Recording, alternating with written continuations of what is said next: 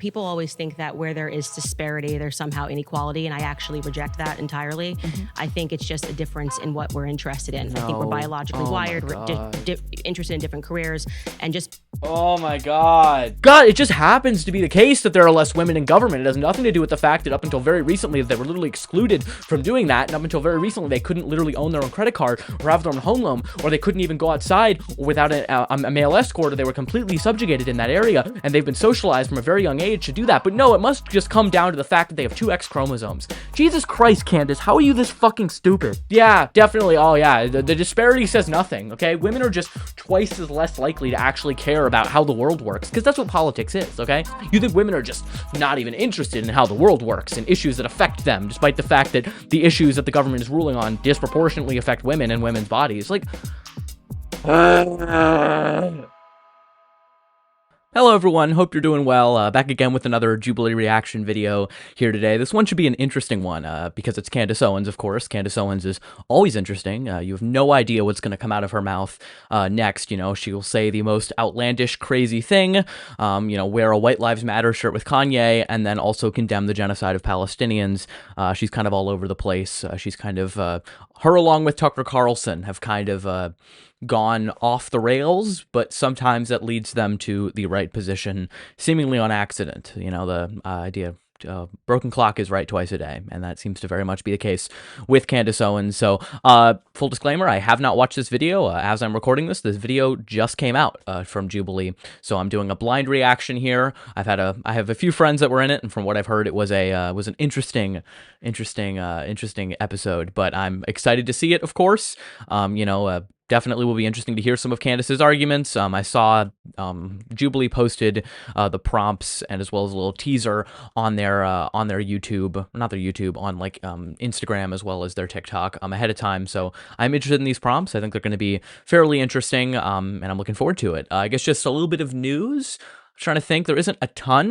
I recently, this past weekend, so last week, I actually did fly out to LA and was in one of these episodes. I can't disclose much more, of course, because I'm not able to do that until the episode comes out, but that one will be coming out at some point, and we'll obviously be reacting to that as well. But I think you guys will really enjoy the style, and I am pretty satisfied with how it went. So that's kind of all I've got. This is a relatively short intro. As always, chapter listings or markers are going to be in the description, so you can skip around with the prompts, or if you're tired of hearing me talk, you can do that, as well as the fact I will link the original video like I always do down in the description if you just want to watch the video without my interjections, though I'd hope that if you're here for my commentary, of course. But that's kind of all I have. I'm trying to think about anything else. Like I said, blind reaction, have not watched it, video just came out, and that's kind of all I've got for now. So without further ado, let's get into it. All right, without further ado, here we go. Women, they don't want to stay at home when you pull them. They just want flexible working hours and flexible working conditions like you have. And I think we should all advocate for that. It's not one or the other. But when you sit here and you go, you'll be more fulfilled doing this, then spend all your time doing that. We would love for you to leave the public eye and go focus on what makes you fulfilled. Okay. That's fire. Yeah. Hi, my name is Candace Owens. I am a podcaster, a mother, a wife, and also the author of the upcoming book, Make Him a Sandwich. And today I am surrounded by 20 feminists. Okay. Before we get into it any further, I just want to point out, this is something that I saw in the intro, because I guess they just copy and pasted the intro here. She says, you know, one of her prompts, as we'll see later in the video, is that there is no career, I believe, something to the effect of, there's no career that will make a woman feel as fulfilled as being a mother. Nothing fulfills a woman as much as being a mother. Yet she introduces herself as a podcaster before being a mother. So she thinks that women should define themselves as mothers or focus on motherhood above all else, yet she is positioning herself as her career over her being a mother. So like, this is the whole problem with these anti-feminist women who have this massive platform and are seemingly going against everything that they stand for in terms of what women should be doing. I think the woman in the intro who was debating Candace, I mean, really just schooling Candace, made an incredible point. You know, that absolutely, you know, these are the same women who are telling other women that they need to be submissive, that they need to like make him a sandwich. Obviously, it's intentionally provocative because it's Candace Owens, but you know, yeah, well, why are you talking so much? You know, exactly. Get out of the public life. You know, live your trad life that you're feel so content about. Of course, it seems that, like, you know, Candace doesn't practice what she preaches, of course, because then I guess she would be a full-time stay-at-home mom. But instead, she has to spend a good portion of her time giving ludicrously terrible takes on everything. Occasionally, she gets something seemingly accidentally right. But yeah, so just ridiculous. We're going to see a lot of hypocrisy here from Candace. I am sure of it. But I just wanted to point that out initially, because that was something that I noticed when I saw the teaser, the little intro that they posted on their Instagram and TikTok. Jubilee did that. Apparently was just brought over here. But it'll be exciting to see how this goes. So here we go. Oh, sorry. Let me press play. My first claim is that the sexual revolution has devalued women and made them infinitely less happy. Oh, yikes. All right. Let's find out how women having consent and control over their bodies makes them less happy. That's going to be fascinating. Hi. Hello. Hi, I'm Samaya. Samaya, nice to meet you. I'm Candace. Nice to meet you too. So my question for you is, statistics show that 60% of women who are murdered by their intimate partners, murdered by someone that they are in close relations with. That's according to the UN from 2023. Yeah. So how is it that, women are so valued, quote unquote, in the home, and yet that's the place where they're at the most danger? Okay, so I'm not sure what that has to do with the sexual revolution. Right, the sexual revolution. The first claim. The sexual revolution gave. I'm happy to answer it. I'm just saying that, if you broaden that statistic, you are more likely in general just to be murdered by somebody you know. So, of course. But men are much less likely to be murdered by, their That's not partners. true. Yes, it is. Yeah, I'm sure, because men are less likely to be murdered by women. Full stop. Yeah, exactly. So that statistic makes sense to me. I'm still not sure how this correlates to whether or not the sexual revolution increased women's ability to leave the house, women's ability to control their own reproductive capabilities, women's ability to, control their own capacity within the workforce in regards to their own sexual capacity. So it is the very fact that the sexual revolution happened that made our access to the workplace much more, or just the public sphere in general, much more easy. So without the sexual revolution, women would be much more confined to the place where they're at the most danger. Isn't that true?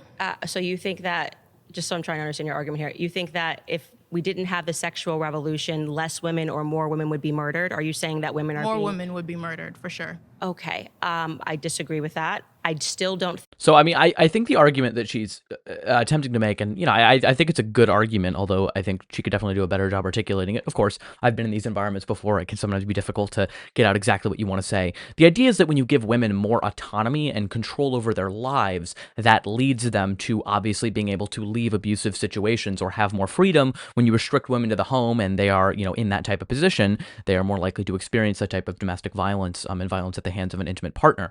So the claim here is that general liberation of women leads them to be less likely to experience these types of harms. Thus, the sexual revolution, which liberated them in that sense, leads to them having less harm. I think she's not the individual. I think Somaya, I believe, who's debating Candace, is not doing a good enough job yet. At least I'm curious to see how she responds to this. Connecting general liberation with sexual liberation, because it's absolutely true. Liberation is holistic, okay? You can't just have partial liberation, okay? Liberation over oneself includes one's sexuality. So this idea that the sexual revolution was intimately tied with the general women's liberation movement and the the proliferation of feminism. So I think just in general, you'd have to be look, when we give women more freedom, okay, this has to be a holistic assessment, okay? Are there going to be some bad things that come from, women, or an increased amount of casual sex is happening? Sure, we can make the argument that there are certain negatives, but those negatives have to be balanced against the restriction of women entirely within the home. And the question would be whether or not women were valued before the sexual revolution, like Samaya is saying, when women were at vastly, and still are, at very high likelihood of being abused or murdered at the hands of an intimate partner. Are they really valued in that sense when they face such high rates of domestic violence and abuse? So that's the claim that I think Samaya is trying to make here. It'll be curious to see how this conversation plays out and how Candace weasels out of this one. Think it has anything to do with the claim that women are infinitely less happy because of the sexual revolution, which has devalued women? I think you'd probably be less happy if you're being murdered. Oh. I mean, anyone disagree? Rhetorical. Okay, yeah, I don't, okay.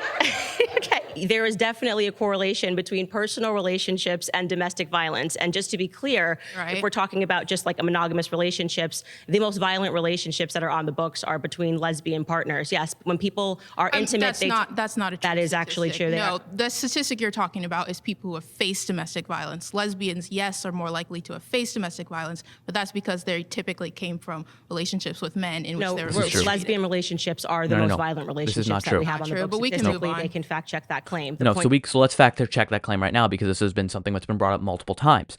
Samaya is correct in pointing this out. How this was identified was not within relationships. It was the identity of the individuals at the time of the survey. So these individuals, when they were surveyed, like, have you experienced domestic violence? Many lesbians said they were, but it wasn't as a result of the relationship that they were in. It wasn't likely at the hands of other lesbians. It was at the hands of likely, and I think the survey shows this if you go into it a little deeper, it was at the hands of male partners, and they identified as lesbian before they were coming out. So this is a false statistic. This is just not true that lesbians are much more likely to commit domestic violence. It's that lesbians are much more likely to experience domestic violence when they are in relationships with largely men. So yeah, bad statistic. Candace is obviously bringing something up. A common talking point is that to try to discredit like other relationships, as if, like, of course, we'll condemn any relationship that's violent, but this idea that, like, lesbian relationships are, like, more violent is just not how that operated. Let's go back to that fact check for a second. I just want to see how they fact checked it, because they usually do a terrible job sometimes, Jubilee. I'm calling you out. You guys sometimes do a terrible job at doing these fact checking. Violence, but that's because they typically came from relationships with men in which they were... Let me go back. To have faced domestic violence, but that's because they're... I'm sorry, guys. Okay, here we go. 61% bisexual and lesbian report intimate partner violence. Yeah, okay, so this doesn't prove that it was at the hands of other women. So 61% of bisexual women, the survey doesn't show that it was at the hands of other women. And much of these oriented lesbian women were in relationships with men. So this idea in general, less straight women face domestic violence than LGBTQ women. What a shock that LGBTQ individuals are at higher rates of domestic violence. Like, I'm sorry, like, it is not surprising whatsoever at all. And this does not demonstrate that women are more likely to assault women.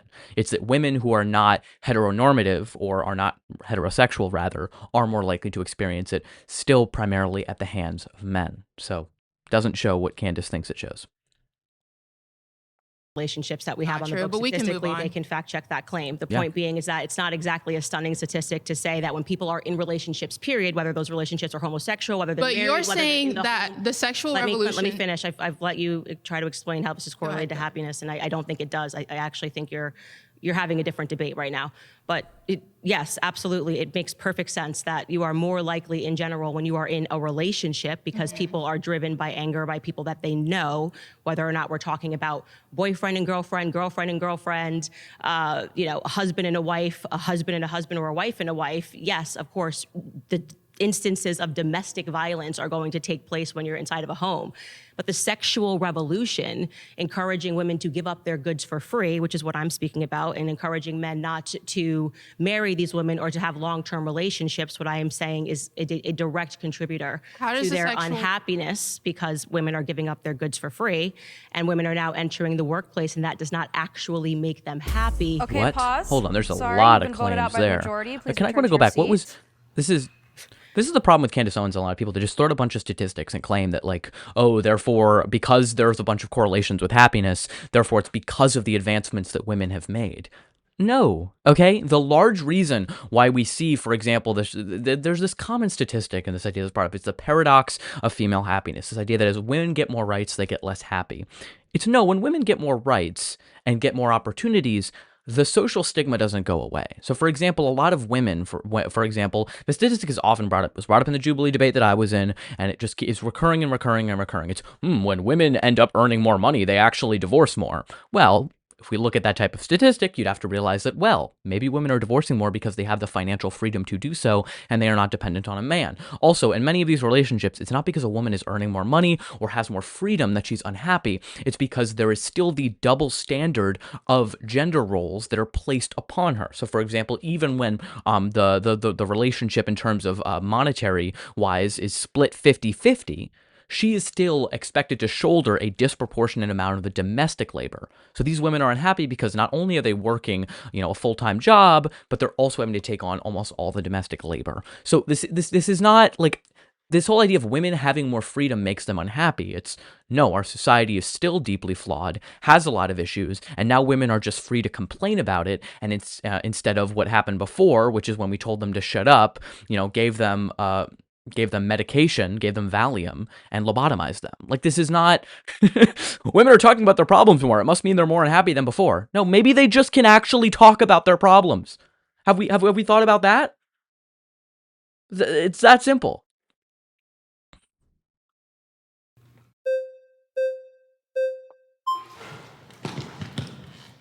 Hello. Hi there. How are you? I'm Candace. Nice to meet you. Julian, my pronouns are they, them. It's very interesting to think of it when we just think about the gender binary. It's, how do we place value on human beings in general? And so when we think about, placing value, that comes from a place of power, right? So I think let's select like the Victorian era. You have this dominant group of people coming from white supremacy, deciding who gets to have a proper status in the world. And so that is already like taking human beings and devaluing them. And so what the sexual revolution did was to help people seek out empowerment, which increased value, no matter the gender. So when it comes to sexual revolution, let's look at one contribution is sex education. I'm actually an educator. I teach sociology and LGBTQ studies.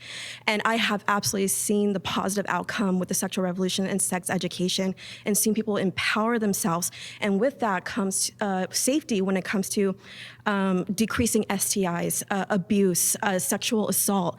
Again, people get to empower themselves of all genders. And I know earlier you mentioned about violence amongst lesbians and sapphic community, which I do identify within. All genders can be subjected to violence. That was the point I was making. So I wasn't sure of how her claim was relating to what we were talking about, whether or not it makes people happy or unhappy. Relationships are obviously a ground where there can be violence. But lesbian relationships are not more violent. I guess I could just wrap it up by saying, like, if we all have access to like sex education through the incredible work of feminists through the sexual revolution, we are able to gain access to information and gain skills to create an equitable society, egalitarian within our relationships, whether it be platonic or romantic. I'm so grateful for those feminists who have fought for us, so we can gain those spaces and create a healthier society. Okay, are you a believer in the government doing everything that it can to make people happy? So when it comes, as someone that teaches in the public sector, I understand the concern when it comes to like, what is a teacher, what kind of information they're providing to the students. I do believe that we, as a teacher, I should be able to give that sort of information. Again, I teach college students. One of my claims is I believe that we should mandate sex education amongst college students. So yes, I do want the state, I would like the government to give us those resources so we can implement that curriculum. Okay, you consider yourself a feminist, I'm assuming? Queer feminist. There's variations, Still right? Feminist, What right? is a queer feminist as opposed to a feminist, just so I understand? Well, Oh, sorry guys. My face is a little too big here. I don't want to cover up Candace's face. There we go. We'll go like there. Sorry about that. Well, hope that doesn't mess things up. Okay, cool. Sorry about that. I could have kept it going. I heavily believe in queer theory. So, the gender binary that we understand, it comes from colonization. So someone who is mixed race, family from Mexico, we have the Muxés in Mexico, which is an indigenous tribe. They believed in gender fluidity. And then you have European colonizers coming who dismantle that. And now everything that we understand when it comes to gender is a Western lens. So from a queer... So you don't even think women exist, I'm guessing. I think everyone should be empowered to figure out their identity and explore the language that best describes themselves. So freedom, America, right? America, freedom. And I want to believe in that when it comes to identity. Right. Everyone should have the freedom to decide how they want to identify, as long as they're not causing harm. But that's where we get into the debate, what is harm? So just again, to be clear, to go back to this claim, we are debating female happiness. You are saying you do not identify as a female. I identify with all gender expressions, so from masculinity to femininity. So I'm just saying, are you just saying that as a part of queer theory, you're debating whether or not women are happier after the sexual revolution? I'm just trying to understand, because it seems like you're debating queer theory as opposed to female. I believe all genders benefit from the sexual revolution. You've been voted out by the majority. Please return to your seat. Yeah, so I have some general thoughts there. I'm sure I have some disagreements with the individual that just spoke to Candace. They're probably not super big. I mean, I'm not the biggest fan of queer theory in terms of all the prescriptions that it tries to make, how it tries to break down all knowledge claims as strictly power claims, how, there really is no such thing as objective knowledge. It's really just all relations of power. I think it's a bit reductive, and I think it actually hinders our ability to kind of progress forward if we don't think that there's an objective idea of what progress is. So, I have some disagreements there. I don't know.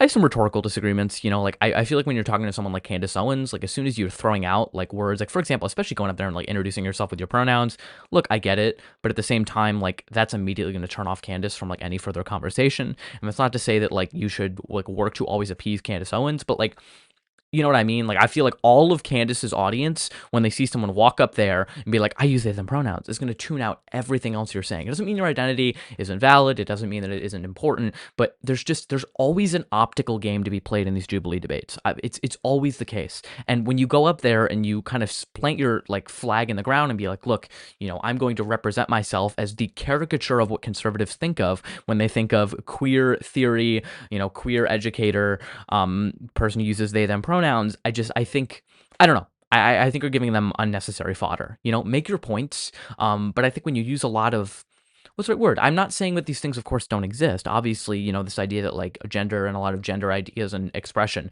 were born out of white supremacy. I'm sure there's much validity to that. Although, of course, I'm skeptical of these kind of grand ideas or like kind of grand narratives makes it sound postmodern. But I'm skeptical of these like all-encompassing theories that everything is reducible to white supremacy or everything is reducible to this. So I think there's a little bit more nuance to be had than just gender is a result of white supremacy.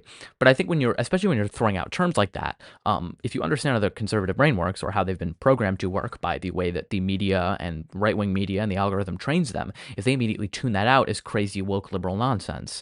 And I'm not, I'm not saying we sacrifice truth in the sake of, appeasing conservatives, but I do think there are more effective and less effective ways to get your message across. And I just think that individual did not do the best job doing that. So kind of the major point I have there, overall, I think they did a fine job, but, there's always better ways and worse ways to have these debates. When you're having it with Candace Owens, you really have to fight on their turf, and there are ways to do that, such as with the individual in the intro did. I think she did a really good job doing that, but there's always issues to be had here and there. So yeah.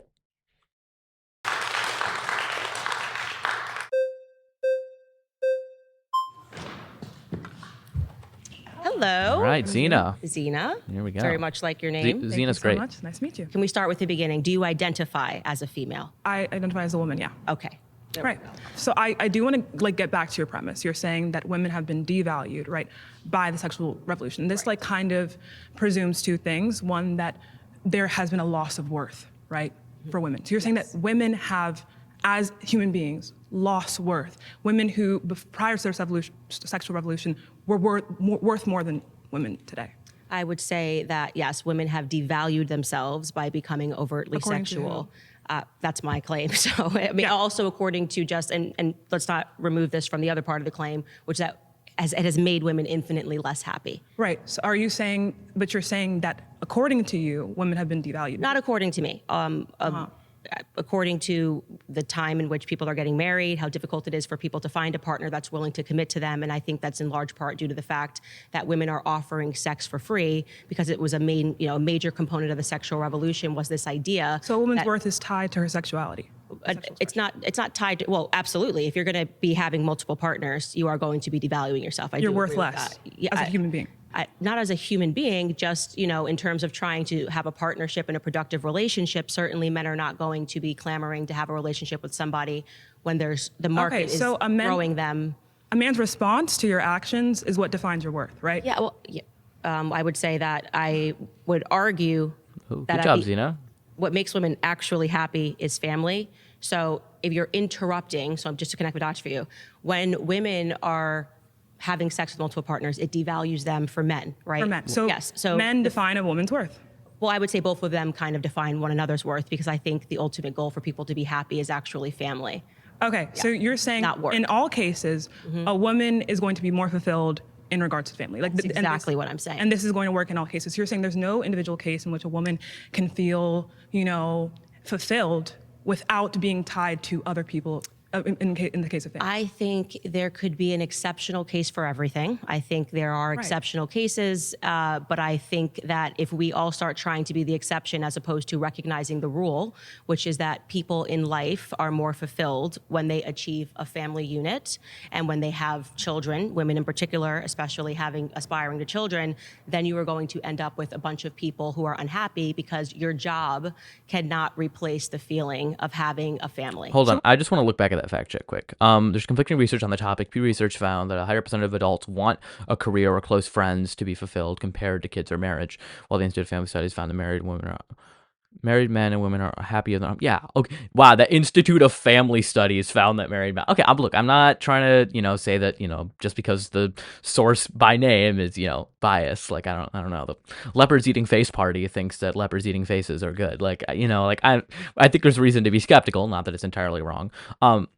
Yeah, but I think just in general that married men and women are happier than unmarried counterparts because they have a family support system. Sure, but then that's just a result of support system, just generally. Like, I think there's this idea we place so much emphasis on romantic relationships and romantic partnerships that actually we devalue the importance of platonic relationships and having a platonic support system that allows you to have a lot of this fulfillment. So the problem, I think, is a lot of people are unhappy, not necessarily because they aren't married or in those types of relationships, is because they aren't in those types of relationships and they also don't have a robust platonic support system. I think that's the main issue here. So it's not that you need to be married and have a nuclear family in order to be happy. It's you need to be surrounded, largely, people need to be surrounded by other people and have people in their lives that they can rely on in order to be happy. So obviously, people are so different. So when Candace comes up here, and obviously she's going to make a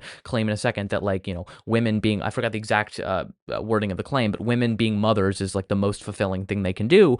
Once again, you are treating women as if they are a monolith, as if they all want the same thing and have the same preferences. For some women, are they going to be more happy if they're married? Sure. Are some women going to be happy if they're not having a lot of sex? Sure. Are some women going to be happy having sex and not being married? Yes. Women can actually enjoy having sex. Did you know this? This is the problem I have with almost every conservative argument surrounding basically everything, but especially social issues, is they like to oversimplify things into a way that their brains can understand it. Because nuance, they're allergic to nuance, okay? They can't comprehend that people are so vast and unique and complex, and, there's so many different things that can work for so many people that if it doesn't make sense to them, they have to make these broad prescriptions to, say it's not good for anyone because they can't fathom that other people can have preferences that differ from their own.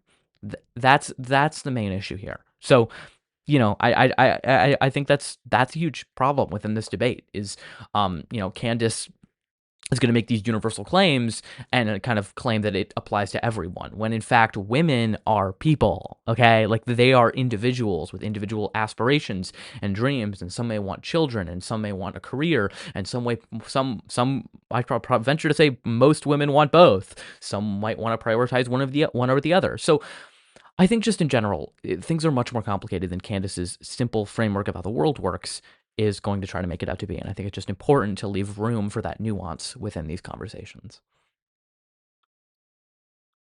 Happy because your job cannot replace the feeling of having a family. So what you're saying is we need to look at every individual case and see what is going to fulfill you or what is going to, I guess, essentially predict your happiness more. Because if we look at, for example, the Nordic countries, right? These are countries, I'm talking about Sweden, Denmark, right? These countries tend to be I think in the past 14 years, they've been ranked as the highest in happiness and marital satisfaction from women, right? And we see that they also have been the most open in regards to sexual norms and sexual roles, right? So, and we also see that there's less rates of STDs reported. We see more And that's also due to comprehensive sex education that's pushed in those countries. So we see that and that's like a direct result of the sexual revolution, right? So when we're seeing that direct reports of happiness, right, we don't have these same rates in America.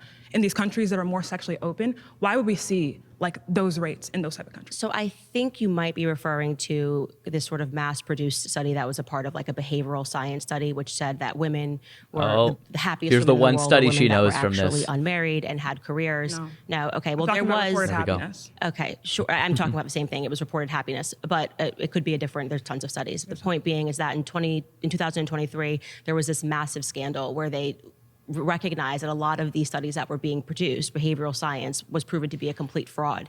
And they were unable to reproduce these studies, and they also found that the data had been faked. The data that we can look at that I think shows, and you can let me know if you agree with this, if women and under the imagination... Hold on. I just want to point something out for a second. One, all Candace is doing is invoking the replication crisis, which definitely is an issue within social sciences, that there is an issue when it comes to replication. And if this individual manipulated data, that's fine. But how does this have to do with the studies in the Nordic country? Like, I don't... So once again, I'm going into this blind. So I don't really know if one of the studies that either Zena was citing or one that has to do with happiness or reported happiness among women was one of these papers. If that's the case, and obviously that's cause for concern, but you can't just say that, these papers had an issue, therefore it's because of this replication crisis, and thus we shouldn't believe it. So I just don't know, and I wish the fact check would provide it here. Are the 4 papers that are being mentioned here have anything to do with happiness, or are these just 4 random papers that apply to something completely different? So I just, let's be honest here. Like, what even does this mean? Just because there was a replication crisis somewhere else, or that other papers were not found to be legitimate, doesn't mean other studies aren't. So the fact check, once again, vague and almost alludes. This is the problem with these fact checks. It alludes to Candace being right, because it's like, oh, look, Candace is like, oh, replication crisis, and you pop in a fact check. It's like, fraud, Harvard, and then what the reader's mind, or not the reader, the watcher, the listener's mind goes to, oh, replication crisis. Oh, look at this. This must be the study that was discussed. And I don't know, maybe it is, but they haven't been specific enough to substantiate that claim. So just in general, I will be curious to see how they proceed from here. Of the feminist umbrella were really unhappy when they were in the home, and then entering the workforce has made women happier and infinitely feeling more secure about themselves. We could, I think, reasonably expect that there would have been a decrease in suicide rates amongst women. You would have to go ahead and show how that correlation, right, is going to be a direct cause of women going into the workforce. Okay, well, how can we, let's measure, then you have to give me a way that we can measure happiness. How can we measure happiness? So I would say suicide rates would be a good thing to look at. Drug, alcohol consumption would be a good thing to look at. Of course, right? But we would have to, I can say at this point in society, I don't think everyone is happy. I think there's a lot of things that we need to reconcile in society. That's what I'm getting at. Right, so but we have to look at the cause, right? Why are these things predicted, right? And for example, if we talk about men, there are a lot of things we can look at, right? That tend to predetermine suicide, right? But we can't say, oh, these 2 things are happening at the same time. This caused this other thing. Yes, that's right. But I do think that we can objectively say that women who are committing suicide rates more than they were in the 1950s, like it has actually increased marginally. Look at that statistic. That's not a sign that us entering the workforce suddenly made us How is very it happy. A cause of the workforce? We're also binge drinking at a higher rate. How's this cause of opioids at a higher rate? How is this a cause of entering the workforce? Because I think women are being put on a pathway aspirationally. But you're gonna have to. You're saying you think this, right? But where's the cause? Like you're not substantiating Hold your feet to the fire here. This is what I think. I'm seeing 2. Okay, pause. You've been voted out by the majority. Please return to your seat. Thank you so much. Great job. Yeah, so this is an issue, just largely, is you can't just claim, and I'm glad Zena held her feet to the fire in correlation causation, because it's conservatives' favorite logical fallacy. 2 things happen at the same time, or one thing precedes another, therefore A cause to B. Ridiculous. There are many things that cause society in general to be less happy, that cause suicide rates to go up. One of them is stagnating wages. So women going into the workforce, and I hear this argument all the time, oh my gosh, women going into the workforce saturated the labor market, thus it led to more people, having having lower wages. This is a terrible argument for multiple reasons. One, the demand for labor is not static. It expands. So just in general, we see this all the time when new people enter the workforce. Just in general, we saw stagnating wages initially when Black people entered the workforce, just because there were stagnating wages or just because it had some economic consequences at the beginning before the economy adapted, doesn't mean that we restrict people from the workforce. What happened in that case, and also what happened in the case when women joined the workforce, is the economy adjusted, okay? Because the economy is not, it's not finite. The amount of jobs are not finite. When there are more workers, the economy can expand. Workers, industries can expand. They can hire more people with a larger labor market and a larger labor force. So just in general, it's not the case. Women getting more freedom and women being able to, choose their own careers didn't lead to them killing themselves. Okay, this is ludicrous, okay? What led to that was largely, one, we don't have proper mental health care for individuals just in general. Healthcare is abysmal. People don't have the ability to, get proper health care, whether it be mental or physical. So we're not giving people the tools to, be healthy in those regards. They're largely not having money in order to survive in a fruitful manner, just like that. So there are so many other factors. Once again, I'm glad Zena was talking about this, but I wish Zena would have brought up, okay, yeah, let's talk about healthcare. Let's talk about mental health care. Let's talk about the fact that wages are stagnating for men and women, regardless, okay? Not because women entered the workforce, okay? The economy is rebounded. It's not because women are entering the workforce and we have a larger labor market, that men's wages are also low and they were still low before that happened, okay? This is a result of greedy corporations and employers, not a result of women having the ability to work, okay? So I don't know. I think Candace, once again, is trying to draw causation where there is none. Okay, and she's just saying, oh, if you can't give me any other reason, then I can posit feminism. But she hasn't drawn that causal arrow. She's just saying, therefore, if you can't tell me any other reasons, then my reason stands. That's not how this works. If you posit a reason for a causal arrow, feminism and women's liberation leads to women being less happy. Zena could just sit up there and be like, okay, what's your evidence? Candace can't turn around and just be like, well, what could be the other cause? What else could it be? It's like, well, no. Explain to me how that worked and how specifically studies, if they have shown that when women have more freedom or women have more ability to, chart their own path or earn money, it leads to them killing themselves more, having worse mental health, and overall being less happy. Once again, not the case. If you look into the minutiae of these surveys, we see that it's largely because they shoulder a disproportionate amount of the domestic labor and aren't expected or don't have support in that role. So they're like, what the heck? I'm doing 50% of the household earnings, yet I'm expected to do near 100% of the domestic labor. That's a big contributing factor, and the data bears that out. So not a result of women gaining freedom. Just ridiculous. Great job.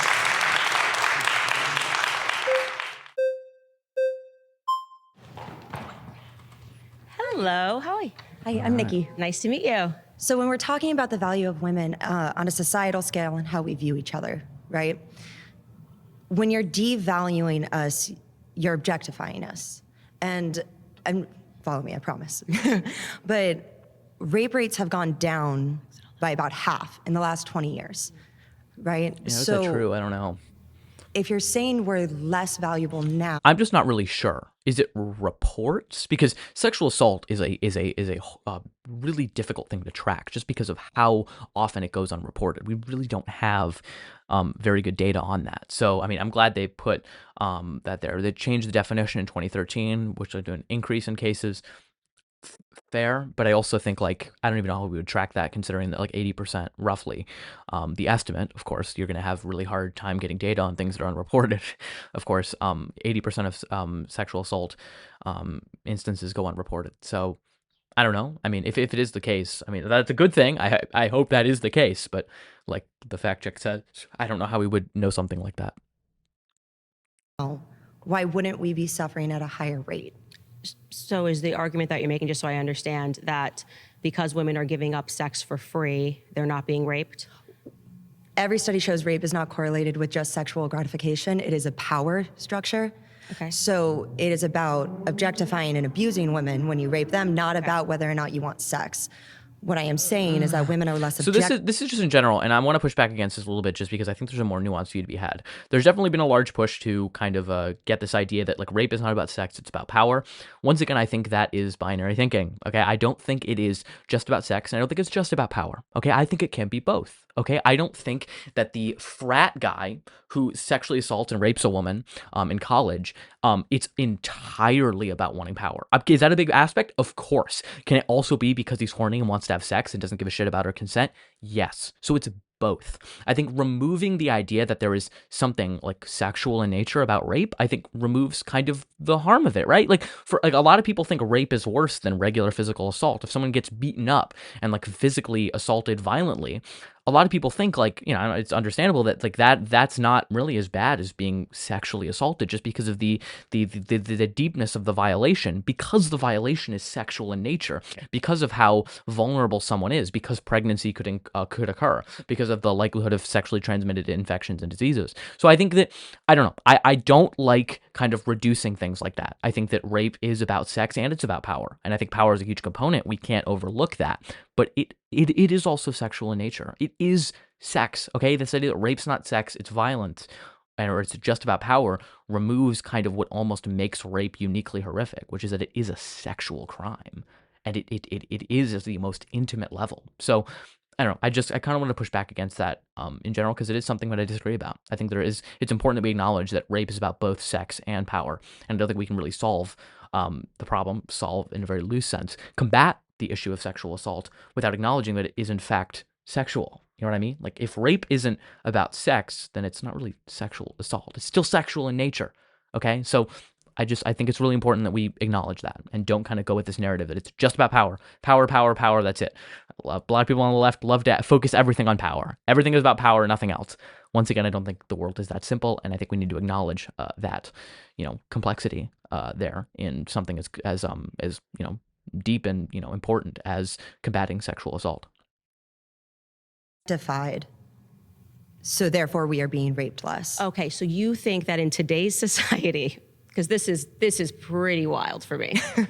In the 1950s, you're saying women were more objectified than today in the land of OnlyFans, the Kardashian clan, and women that are essentially putting up their boobs and butts for free on Instagram. You're saying we finally have achieved less objectification, where women can't even get onto an advertising. You can't even advertise a bag without them having to be naked in order for them to get a career as a model. You're saying, oh, great, we've achieved actually less objectification. So I'm not trying to suggest that I think that the over-commodification of women's bodies is positive. But what I am saying is that when you're going to the 1950s... Well, no. So I want to point something out first. This idea of objectification, and I see this all the time in TikTok comment sections from teenage boys who've never felt the touch of a woman and are literally incels. It's like a woman posts something on TikTok doing a dance, and she may be wearing something that's more revealing, and she, you know, is owning her body, and, you know, just, you know, using her body as she sees fit. And like all the comments are, stop sexualizing us, stop objectifying us, as if like women owning their sexuality and using it on their terms and taking ownership of it gives men permission to objectify them or treat them not as a human being. Like that's the issue. A woman can be sexual. A woman can be sexual in public, or, you know, wear revealing clothing in public, or be more, I don't like the word promiscuous just because it has such a dirty connotation from the right, but, you know, really, yeah, just be more, have more sex casually. It doesn't give people a right to objectify them, which means they don't view them as a person. Women are still people regardless of how much sex they're having or what they're wearing or what they decide to do with their bodies. So that's the issue. Women were societally more objectified in the 50s because they legitimately did not have many rights. They could not own a credit card. They could not buy a home. They could not take out a loan without a male co-sponsor. So in many ways, society did not view women as human beings or as equal human beings, which is the basis for objectification. Now, are there men today that don't view women as human beings? Of course, it's still a big problem, okay? But we've made substantial progress in terms of women having autonomy over their own bodies. So if women own their sexuality and take ownership over their bodies and what they want to do with it, and men respond by dehumanizing them, it's not because women are owning their sexuality that they're being dehumanized. It's once again by men perpetuating these harmful patriarchal stereotypes in which they feel entitled to women's bodies, the same stereotypes that existed within the 50s. So, no, it's not outlandish to say that women were more objectified then, because sexual objectification, women were just objectified sexually by most of society and legally and socially. Now we're making progress against that, and the sexual liberation movement is a pushback against that. So just in general, no. Saying that there's more OnlyFans models and that, you know, like this individual, like this woman said, the commodification of women's bodies still remains an issue. Women's bodies were commodified before. They just never received any of the rewards or any of the fruit of their labor. Now they actually are. That's why society is a fucking issue, because women on OnlyFans are no longer being confined to what men define them to be, but instead are actually given the tools to succeed in that realm, or rather they are given the fruits of their own labor. So when women own their sexuality and actually benefit from that, that's when society throws a fit. So, yeah.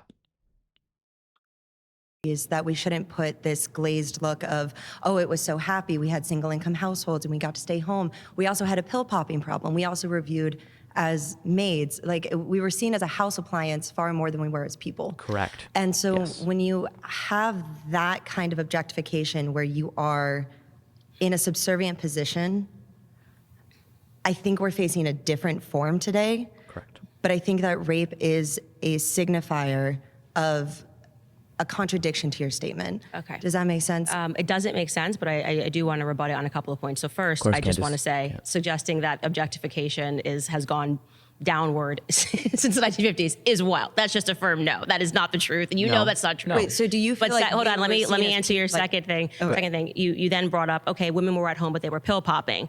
Well, you then have to acknowledge we're actually popping more pills now, right? So we have actually increased our amount of pill popping. Women are having overdoses on opioids. And on top of that, since I think 1999, by rate, we are increasing our opioid use compared to men. So women are not popping pills less because Why is that though? Wait, no, let me. we're going into the workforce. That's actually not true at all either. No, but they're also not popping pills more because they're going into the workforce. The problem with people popping pills is an over-medicalization of problems, because it's easier to diagnose a problem medically than socially. You are sick and you are having problems because your brain is not working in the correct way. Let me give you this pill, instead of, no, your brain is working just fine. We just live in a profoundly and deeply sick society. That's a more difficult thing to solve. And doctors obviously can't restructure society, but they can try to give you a pill to alleviate some of the symptoms of existing in a messed up society. So no, this idea that women are taking more pills now because they are in the workforce, it's not because of that. It's because society has not gotten better in ways other than just women being in the workforce. That's one way in which society has improved. But women entered the workforce and are now experiencing many of the same issues men faced, because anyone being subjected to this system of capitalism in terms of how many people are exploited and not able to earn a living wage and not given protections and not given access to healthcare, then yeah, they're going to have issues. Like, it's not a woman or a man problem. It's a person problem. It's a human problem. So like, oh my God, women went into the workforce and now they're using prescription pills more. Okay, like, is it a result of the fact that when someone has a certain health care or health condition, whether it be mental or physical, they're prescribed medication over actually fixing the root of the problem? Yeah, probably. So this isn't a result of that. And also, Candace just either is too dumb to realize that there are different forms of objectification and completely glossed over what the other individual said. Regarding objectification, women absolutely were more objectified in the 50s than they are now, in terms of not being viewed as human beings. Sexual objectification isn't the only form of objectification, but it also isn't just about, oh my God, I see someone being naked now and people are saying really disgusting things about them, therefore they must be more objectified now. The objectification that women faced more in the 50s was just unnoticed and was not realized, because marital rape was not a crime in in those places. I don't know how long it took for marital rape to actually be a federally recognized crime. I don't know the statistic off the top of my head or the fact, but I think it was sometime in the 2000s. Might have been in the late 20th century. But absolutely, women were objectified because their husbands legally did not need consent to have sex with them. I don't know what's more objectifying than that, treating someone as an object, not as a full-fledged human being. That's not the case now. Yeah, are you going to see people be disgusting towards women? Of course, because now it's out in the open instead of being behind closed doors. So, terrible, stupid argument. We're also, like I said to you, consuming alcohol more and binge drinking more than we did in the 1950s, which is why I was trying to get her to say, we need to look at actually give me any reasonable metric of how we can define happiness, because it's hard, right? Are you happy, yes or no? Sure, but wait, hold on. We're actually avoiding what my original point was about rape being the signifier. Okay, pause. You've been voted out by the majority. I don't know if rape is a signifier. It can definitely be a Thank you. Nice to meet you. Problem, but I don't know.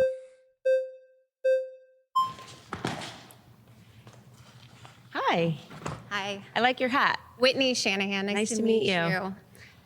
I am fascinated by your claim that women have lost happiness since the sexual revolution, since the 1950s. Do you think that there is any tie to happiness and freedom and happiness and choice? Because since 1950s, since the sexual revolution, women have gotten exponentially more freedom and more choice. And for me, as a mother and as a woman, having the freedom to choose what I do, to make my own destiny, makes me infinitely more happy than, say, back before the sexual revolution when I couldn't get a bank account, couldn't get a home loan, couldn't work outside the home, couldn't travel around without a man, couldn't control my own reproduction. So I feel that happiness, personally, my belief, is tied to our ability to have freedom. And I think that in the United States, protecting freedom and our individual freedoms is what's going to lead us to happiness. Did you go to college? Absolutely. Okay, great. Did you? Yes, I did. So you have a degree? Absolutely. Now, when you went to college, did you go to college because it was simply something that you wanted to do, or did you think that I have to go to college because in order to get a job, I have to have a college degree? I went to college for art because I was fascinated with art. Okay. It's just answering my question. Did you go to college? Was that the only reason you went to college, or did you think that I might want to do something in art, so I have to go to college, like for my career? I went to school because I wanted to expand my horizons. I mean, I think that's why most people go to university. No, Why did you go? That's actually not true. I went, and I think a lot of people go because there's a pressure that if you don't go to college, you're going to be a failure. It's a choice. Everything's a choice. So taking away choices doesn't make people happier. Taking away freedom doesn't make people happier. I'm disagreeing with you on the idea that people are feeling more free by financial pressure. I think financial pressure makes people feel remarkably less free. So you want no bank accounts again, women not to have credit cards? I'm not saying that women shouldn't have access to credit cards or banking accounts. You're putting words in my mouth, so why don't you respond to the words that I'm saying? Well, less financial pressure. If I don't have a bank account, that's a lot less financial pressure, I guess, right? Financial pressure in terms of most people that go to college, and I'm counting myself among them, it's because typically in order to get the job that you're being sold is going to make you infinitely happier and infinitely more free, it just requires a college degree. And most of these people, to be clear, have to put themselves, the majority of people have to put themselves into debt. And I don't think anybody would describe debt as a form of freedom, right? I don't think. Is this like an argument for free college, Candace? Awesome. Great. Yeah, let's make college and higher education more accessible. I'm in complete agreement and support there. Like, I don't... Okay, yeah, let's make education more accessible. The solution to this problem is to stop predatory lending from student loan companies, not to take women out of the workforce or tell them not to go to college. Like, this is the problem with conservatives. They just misdiagnose almost every single problem. Or rather, they diagnose a problem correctly, which is that college is insanely unaffordable, and their solutions to the problem are just insane. No, we're not going to restrict women from the workforce or going to college because college is expensive. Make college less expensive for everyone. It's not that complicated of a problem to diagnose or a problem to solve in that sense. anybody would realistically say. Let's get back to happiness. So we're here to talk about happiness and how the sexual revolution, and we're not talking about college debt. I think it's important because we're talking about freedom. You just said that the reason why I feel happy is because I have more freedom. And I am saying that financial restraints and debt doesn't make people feel more free. So let's eliminate the debt. Let's eliminate college There we debt. go. Maybe we should have free college here in the U.S. That sounds great. Great idea, Candace. I love that idea. Nice. There you go. Love it. Woo! Champion for the people. Girl. Very nice. All right, return to your seat. My second claim is that no career will give women as much joy and fulfillment as here we raising go. children. All right.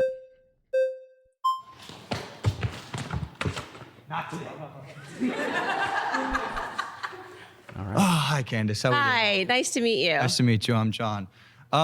Okay, so I feel like a lot of your arguments today are very rooted in a sort of old school perspective, I have to be honest. Like, I think, and I'm not trying to be insulting whatsoever, I feel as though most people would identify that claim as pretty extreme and pretty like... Children are extreme? Well, no, that women Candace, would nice get try. more happiness inherently from raising kids than having a job or deciding what they want to do with their lives. Why is that? I'm just curious. Why would having children, which is just a natural biological conclusion, be something that sounds extreme? I just said inherently. Inherently That's the extreme. inherent expectation. Yeah. That's better for It's inherent because it's Better. biological. No, So I think when we think about things that are inherent, I think no. biology is a good thing to start with, right? No, this is a terrible. Candace is being purposefully obtuse here. I almost said Karen. I get the vibes for sure. No, absolutely. The claim is not, oh my God, women want to have children? That's so extreme. No, that's a straw man of your own fucking prompt. The prompt itself is no career will give women as much joy and fulfillment as raising children. So you are placing motherhood over a career for all women. This claim is the equivalent of saying women should be in the home and raise children because it is better for them. It is better for women to raise children than have a job. Absolutely, that's an extreme claim that a majority of people would not agree with. This is the problem with all of these conservative claims, is that they treat groups and groups of people like a monolith. Women aren't all the same. There are some women who are better suited for a career. There are some women who are better suited to raise children, and it's up to them to make decisions of what is best for their life. So it's ridiculous. Okay, this is not that simple. So Candace is purposefully misconstruing her prompt. She's doing a Mott and Bailey fallacy. If you guys don't know what this is, a Mott and Bailey fallacy is when you have two different claims and you make a softer claim or you try to defend a softer claim and then to pretend like it's defending a more controversial claim. So when Candace is saying, you think women wanting children or telling women, having children is good, is a bad thing or is extreme? Wow. Yeah, but that's not your prompt. You have a much more controversial claim, which is that literally no job ever for any woman will ever give her as much fulfillment as raising children. That is the much more extreme claim that Candace is actually already running away from. She's already softening her claim in hopes that you won't realize that she's actually not defending her claim right now. She's defending a much softer claim that, of course, no one would disagree with, that in general, people having children is a good thing, and most people want to have children. But once you start tying a woman's, worth to having children or saying that nothing will fulfill her as much as having children, that's when you get into the territory of it being a very extreme, outdated, misogynistic, ludicrous, idiotic, keep going, just overall asinine take. So biologically speaking, men and women come together, they form families, and that's the... Biologically, women are not biologically predisposed to have joy and fulfillment from raising children over having a career. Are humans in general biologically predisposed to enjoy reproduction? Yeah, of course. We'd go extinct if we didn't. But that fulfillment is not one way around. You know what I mean? It's not only true for one gender. And it also is not, once again, Candace is being gish-gallopy with words and trying to say that biology determines the sociological claim of fulfillment and enjoyment of women raising children. Ridiculous claim to make. She's jumping all over the place. Yeah, of course. People enjoy having children. Therefore, no woman will find as much fulfillment in a job as she will with raising children. No. How do we get from point A to point B? Reason why you're sitting here, that's the reason that I'm sitting here, is because biology is inherent. Well, so I was saying child- it's just What? natural order that we're speaking. Oh my God, guess what? We're sitting here right now and we exist because our parents had sex, and that's why we exist right now. Therefore, no career will give women as much joy and fulfillment as raising children. Huh? Like, it's exhausting. Candace isn't even defending her claim. She's like, well, people need to have children for the human race to exist. Did you know your parents had to engage in sex in order for you to exist? That means your mother shouldn't have a job and stay home. Like, what? You're not getting from point A to point B here, Candace.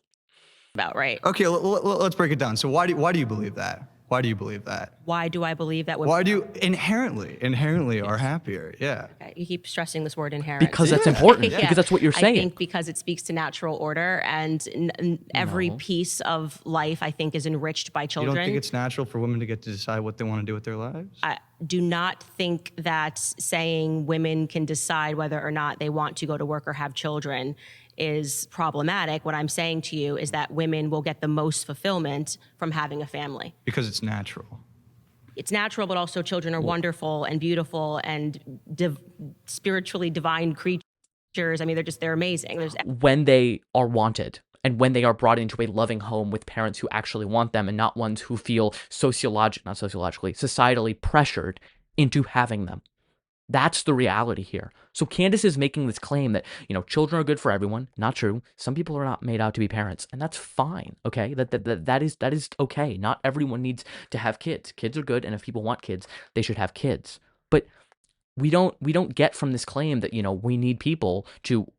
All women will not have a career or will not be fulfilled by their career as much as they will be by having children. It's just that doesn't follow. Everything about having a child, yes, it's a lot of work. It's beautiful. I hear that. Sure. Well, Yeah. Okay, what if there's a little girl born and it's her dream her entire life to be an author or to be, on TV or any of these things, and having children is very expensive. It takes a lot of time. So how is it better for that, and I understand this is hypothetical, but that hypothetical little girl to have children than to pursue these things that would make her happy as she gets older? I just think that if she publishes the book and she has a child, she would agree with me that the child was more fulfilling and made her happy. That's what I'm happier than the book did, is what I'm saying. So here's the problem with this type of claim. Candace is claiming that people who have children and people who have careers value their children over their career, or say that they value their children over their career. Of course they do, because if you have kids, your kids should be your number one priority, man or woman. It doesn't matter if you're a man or a woman. You should value your family largely over your career. I mean, I'm not saying in all cases, and I'm not saying that you should, never move jobs because then you'd uproot your family. Of course, there are complicated questions to be had here. But what Candace is getting at that is her claim isn't just that, hey, people should have children, or women should have children because it's fulfilling for them, and men too, and they can have careers. No. That's not her actual claim. Once again, she's resorting to Mott and Bailey, where she's defending a softer version of her claim and using it as cover for her more radical claim, which is that women should be in the home raising children and never prioritize their career whatsoever at all, and they should fundamentally be breeding stock. That is what follows from this type of claim, that no career will be as fulfilling for women as raising children. That's what follows from it.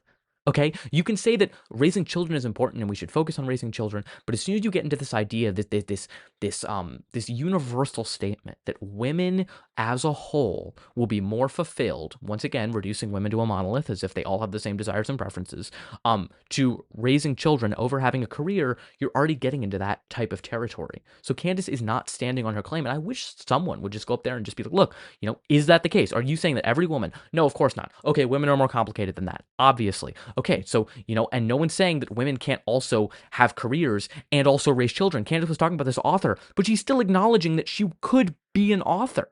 So, of course, women can do both. Men can do both. Candace has fucking done both.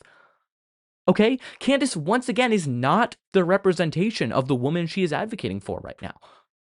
In Candace's, I guess, ideal world, or the world she advocates for, she wouldn't really be a podcaster. She wouldn't be spewing her BS, and I know someone brings that up later. So, say this as a published author of a New York Times. Yeah. I would choose my children over my best-selling book, and I was that little girl who had a dream that, it would be really great if I could share my thoughts and ideas in a book, but it is utter insanity. for me to reflect on that and say that I would have rather published Blackout than to have my 3 children. But why is it rather? You see what I'm saying? It's not rather. I'm just saying Well, that's that your claim. That's your claim is that it's better. It will be more fulfilled. Right. Yes. So rather.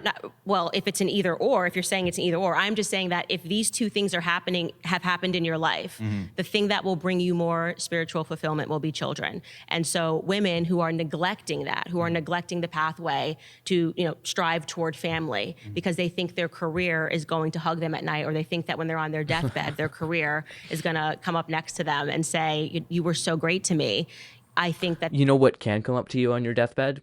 Your friends, your other family. You don't have to bear children yourself to be surrounded and loved by other people in society. This is the problem.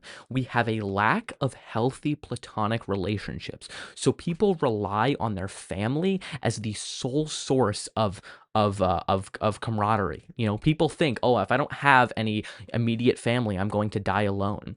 What if that woman decided not to have children because it just wasn't in the cards for her or it didn't align, but she was a great aunt to her nieces and nephews? Great in the sense of like an amazing aunt to her nieces and nephews. She had so many different friends. She, had a robust career that gave her a lot of connections, and she had a robust life in many different ways. Just because she didn't have children doesn't mean she's going to die alone or only have her career to fall back on. This is this type of thinking that says that if you don't have a romantic relationship, you are broken. And that is what is so toxic, because you don't need that in order to be happy. Okay, you don't. Our society doesn't stress the importance of having healthy platonic relationships and healthy relationships with other people outside of just your immediate family. So that's the issue here. It's not that, women are doomed if they don't have children.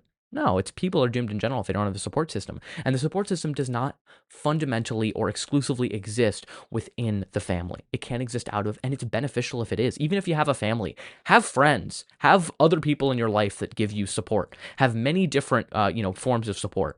It makes life so much better. And having a family can obviously increase that, of course, but it should not be your only outlet. They have stepped into a delusion, and I'm hopeful that they wake up from it before it's too late. All right, pause. No. Sorry, you've been voted out by the majority. Please return to your seat. It's not a delusion.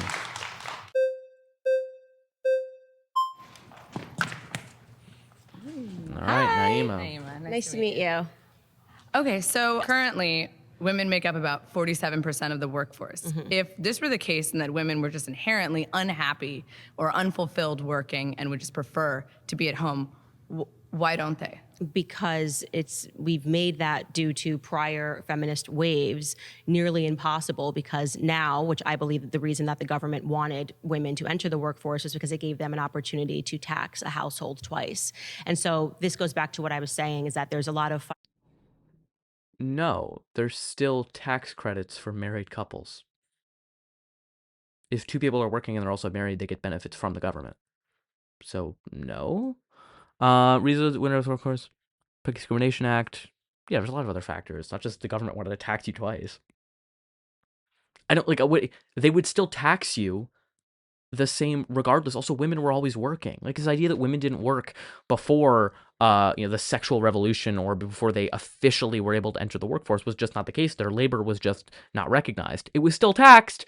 It was just not recognized. So women have always been working. Women have always been paying taxes. They've always been contributing in that way. So yeah, the government was just so evil. They wanted women in the workforce so they could tax people twice. No, women wanted to enter the workforce so they could be equal participants in our society. And fortunately, they were eventually allowed to do so. And there are strides that need to be made to continue to ensure that they are paid equally and have access to equal opportunities. Financial pressure that is being exerted on young women to enter the workforce, and they do so blindly under this illusion that somehow entering the workforce is going to make you more fulfilled, like getting yourself into 6 figures of debt going to college to then take on a career and be in debt and having to pay student loans while you make $35K is going to make you happier. And I'm saying that isn't actually Men do true. That Okay, too. so I hear that. Yeah. At the same time, would you not agree that that women can both have a career and have children? I mean, you are actively doing that right now. And I want to be very clear because I am actively doing it right now. I would be someone that you would call an exception because I get to work from home. I get to wake up in the morning. I don't. Yeah, Candace is the fucking exception. This is the problem. These people never live by what they preach. Yes, of course, no, but women shouldn't do what I do. They should exist in the home and never talk and never speak out of line, except for me, because I'm an exception. Shut the fuck up, Candace. The reality is you don't want to live by the ideology you preach, okay? You're saying women shouldn't aspire to be you. No, they shouldn't aspire. They would be deluded to think they could do something as amazing as be Candace Owens. Jesus Christ. Have a boss, right? I don't have to go into the office from 9 to 5. I get to then therefore spend the entire morning with my children. So you're an exception, and the 47% of women that make up our labor force are also an exception? No, the exact opposite. So I'm trying to make it more realistic because I think it's really bad form when people who are able to stay at home, right, and are able to start working at, 1:00 p.m. as I do after being around their children, the children are running around all day, will then preach to you that every woman can have this. That's not the reality. The reality is that the overwhelming... Why can't they have it? That's a better question, and one Candace isn't offering. The reason is because wages are so low, because it's very hard to earn on a single income, because of wages stagnating and people not having access to quality healthcare and jobs. You know how much financial pressure would be relieved if people had access to universal healthcare? So much. I'm sure we would have more stay-at-home mothers and fathers if we had more social safety nets that ensured that people were able to exist comfortably.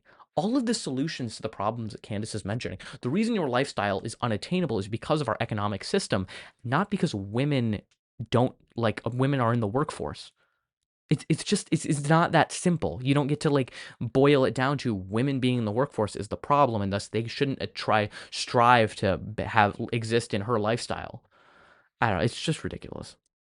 Majority of people are stuck behind a desk all day and they're not happy. They're not doing work that gratifies them at all. And at the same time, they're suspending. Well, that's just what career you've chosen. But I think that the issue most with people work a 9 to 5. I think that's okay. reality, Yes, but right? if it's the job that is making them unhappy, then maybe they should have chosen a different career path and not the structure of the career itself. But my issue with this is that not only is it claiming that women can't both be mothers and have jobs, which we know to be true because millions of women do that. My mother does that. You are actively doing it right now. But it also is qualifying what every single woman in this country wants without any clear evidence. I mean, there's 169 million women in this country. How can you say that you know exactly what every woman secretly wants? Are you asking them? That wasn't my claim that I secretly know what every single woman wants. I'm saying that if you measure up at the end of your life, what brought you more fulfillment, your career or a children, raising children in your family, we will discover that, and there actually have been studies, people that have gone to people on their deathbeds, and the number one regret that people had was that they gave too much to their careers. And this includes men, by the way. Well, yeah, that's true. I mean, of course, human relation is going to be valued over money and profit. So then but you at don't the same time, what does that even? With my arguments I do at all. disagree with You're your agreeing with my yes, argument. Humans prefer humans over a job, but that's not just singular to women. That's everyone. And my question is, what does that even have to What is the goal of that? Should every woman quit working and just have a child? Well, I'm just trying to warn you that if you decide to suspend that pursuit of family because you think that you have to first climb the ladder, Tell it a to lot men of women too, make that mistake and they don't end up finding a partner. But that's their right. It's free will. You we would live definitely in a free have a right to make You a don't get to mistake. say what people should and shouldn't do. I don't know about that. I don't think my claim is this That's is what... a bad argument, Naima. She's not necessarily claiming that women should be prohibited, and of course women can choose what they want to do. She's saying what she thinks women should do, what's best for them, and just saying, they can have a right to do whatever they want isn't really a rebuttal to that. Back to this claim specifically about how, people on their deathbed, are people, if they have children or if they have a job, they're always going to say that, their children are more important. Yeah, of course. I would hope that the people who have children value their children over their job. What I would say is that this is not universal, and men in general don't always actively act out that their job comes secondary to their children. Many men are workaholic, focus on this, and they neglect their children, and all of that domestic labor ends up falling on the wife in that type of situation, or on the mother. So you're also talking about an impossible counterfactual where people who have children, no one's going to, the majority of people aren't going to say they regret having children because now they have a child there that they love in general. But so this type of argument is presenting an impossible counterfactual to people who already have children. Like, there are a ton of people who are childless and satisfied with that because they have other avenues to get that type of fulfillment. The reason that people probably, and like I'm being a little bit speculative because I haven't looked into specifically the studies, people are lonely later in life if they don't have children because children are seen as the predominant group or the predominant entity, if you want to phrase it that way, who will take care of you in old age. So people don't have children, they exist, and they often, die alone. And that is sad. The way we can solve that is twofold. One is encourage people to have more platonic relationships, encourage them to have a more robust support system, and have children if they're comfortable doing so. That's the second part. No one should have children just so they aren't lonely. That is a terrible way to look at it because it creates parents who are bitter and have this sense of entitlement to their children, which leads children to be pushed away. And that is what leads to this toxic type of mindset. There are no parents ever who have healthy relationships with their children who say, "Oh yeah, I had a child because, I want someone who takes care of me in old age." It's a terrible, terrible way to look at it and is a serious problem. Encourage people to have more healthy platonic relationships and support systems. It's pretty simple. People should or should not do. I'm just simply stating that my claim is that you will be more fulfilled if you focus on trying to You don't get to decide what other family. people are fulfilled by. Okay, I'm making my claim here that you will. This is a bad. I don't know. I think more people are more fulfilled if they don't gouge their eyes out. You don't get to decide what people are more fulfilled by. Naima, this is a bad argument. I'm going to call it a bad argument if it's a bad argument. Of course, you can say what people are generally more fulfilled by, and if Candace had the data to back it up, she doesn't. If Candace had like some sort of crystal ball to see that a society in which women were relegated to the home was better, we don't need a crystal ball. We literally have history.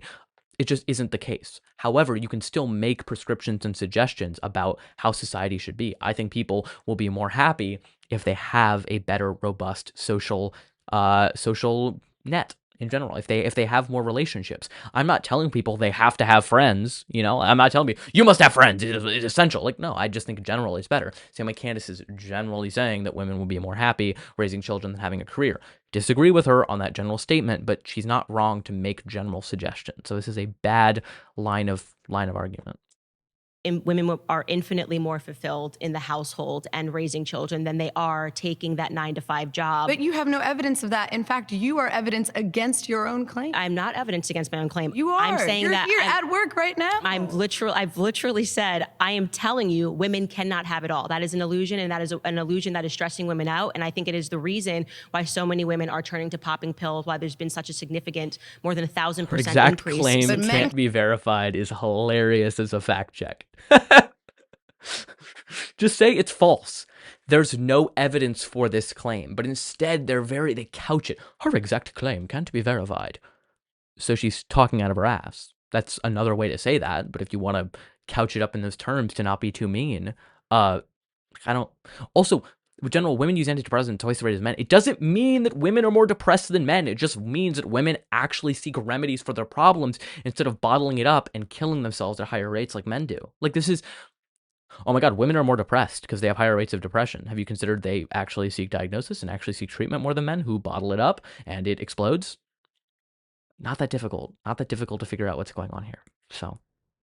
Can have it all. Men can be fathers and have a job, but women can't do that. I don't think you can have it all. It sounds like you're devaluing women. I think that women can do everything that a man can do, and men have done this historically throughout time immemorial. I think women is our debate topic today. So women exist in a society with men. We are comparing women are trying to be both women and men, and that is why women are unhappy today. Is because actually, what's quite ironic about the feminist movement is that no, we can't gloss over that. She said women are trying to be women and men. What she's doing there is she's inserting women's roles and men's roles. A woman's job is to be in the home and raise children. A man's job is to have a career. Women are trying to be men means women are trying to have careers because a career is a man's job. There's the thinly veiled, or not really thinly veiled, open misogyny that Candace is trying to shy away from. But she can't because it exists right there. Women are just trying to be people. I think women have been taught that being a woman is not enough and that you have to also aspire to be a man. And that's the irony. What do you mean aspire to be a man? You mean aspire to be your own human being who has aspirations and desires? Men aren't the only ones who can have those. The only reason you would consider that being a man is because men are the only individuals who have historically been allowed to explore those types of areas without being told they need to get back in the home and raise their children. Women aren't trying to be men, they're just trying to be equal to men. Ugh. It's like a psychological conditioning. What feminists went out and did and said is that in order for women to have value, women need to be like men. No, they don't. Fuck this shit. Oh my God. I'm surprised I went over an hour into my recording here without crashing out. No! That's not, no, women don't have to be like men in order to be fulfilled. Women have to be given the tools to follow their dreams and aspirations and not be hindered by these societal expectations that defines them as child bearers. That's what it is. This is not that complicated. It's not that difficult. And to say that women are trying to be men is saying that men should and ought to be the ones in careers and women shouldn't, which is exactly what feminism is designed to push back against. Candace is a living example of why feminism needs to exist. She's telling women that if they want to have a career and they want to prioritize that, they're trying to be men. At the same time, apparently she's trying to be a man because she's clearly prioritizing her career by going on Jubilee and spouting her bullshit. Simple. Makes sense, of course. Saying that actually women and men are biologically different. Well, there are differences biologically in our different. behavior, Here we go. There are differences in our desires. And I think evidence of the feminist movement, by the way, shows us that. Because even when women enter into the college education space, the pathways of career that we choose are different from men because we're biologically different, right? Okay, no, so let's say socialization. Are you kidding me? Oh, yeah, definitely. Because, of course, when you just tell a woman she can do whatever she wants when she goes into a position, she's definitely not going to be socialized from very, very young that women go on caretaking paths and men go on these more manly academic paths.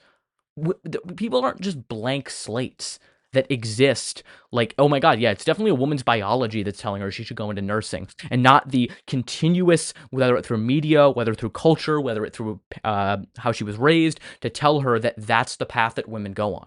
I'm not saying women can't make free decisions to go into these fields, but of course they're still informed by patriarchy, and you can't say that just because women as a whole are more likely to go into these fields, largely where they're going to be wanted, they're probably not going to face as much sexism and barriers in fields that are predominantly women-dominated.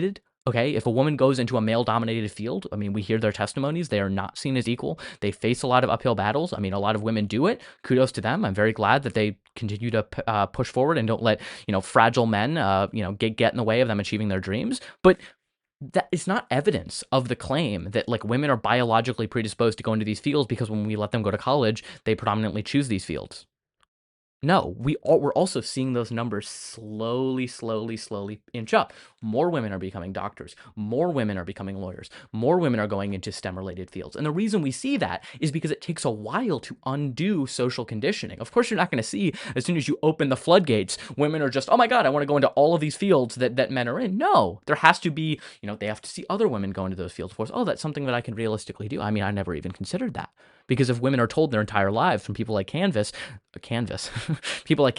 that their job is to just have children, then of course they're not going to conceptualize being a doctor or, going into these fields. So yeah, and we're seeing those things raise out. What we would be seeing, if Candace were right, in the US, is as women got more rights, we would see less women going into STEM instead of more, because they would have more freedom, and apparently they would go along their biological pathway to go into caretaking fields and be mothers, which is not what we see. Instead, what we see is the rates of women joining male-dominated fields is rising, because women are feeling slowly more comfortable in doing so. And societal change takes progress. It's not as simple as saying, do whatever you want. You are unhindered by the societal constraints placed on you or societal conditioning. So, terrible argument. This is true, that women truly are more fulfilled at home. Now, the average cost of raising a child a year is around $21,000 or more. So my issue is, are you saying that women should just suddenly stop working and now the onus is entirely on men? Like, the society that you're pitching is not sustainable economically. It was sustained economically. But it's not right All now. right, pause. Naima, you've been voted out by the majority. Please return to your seat.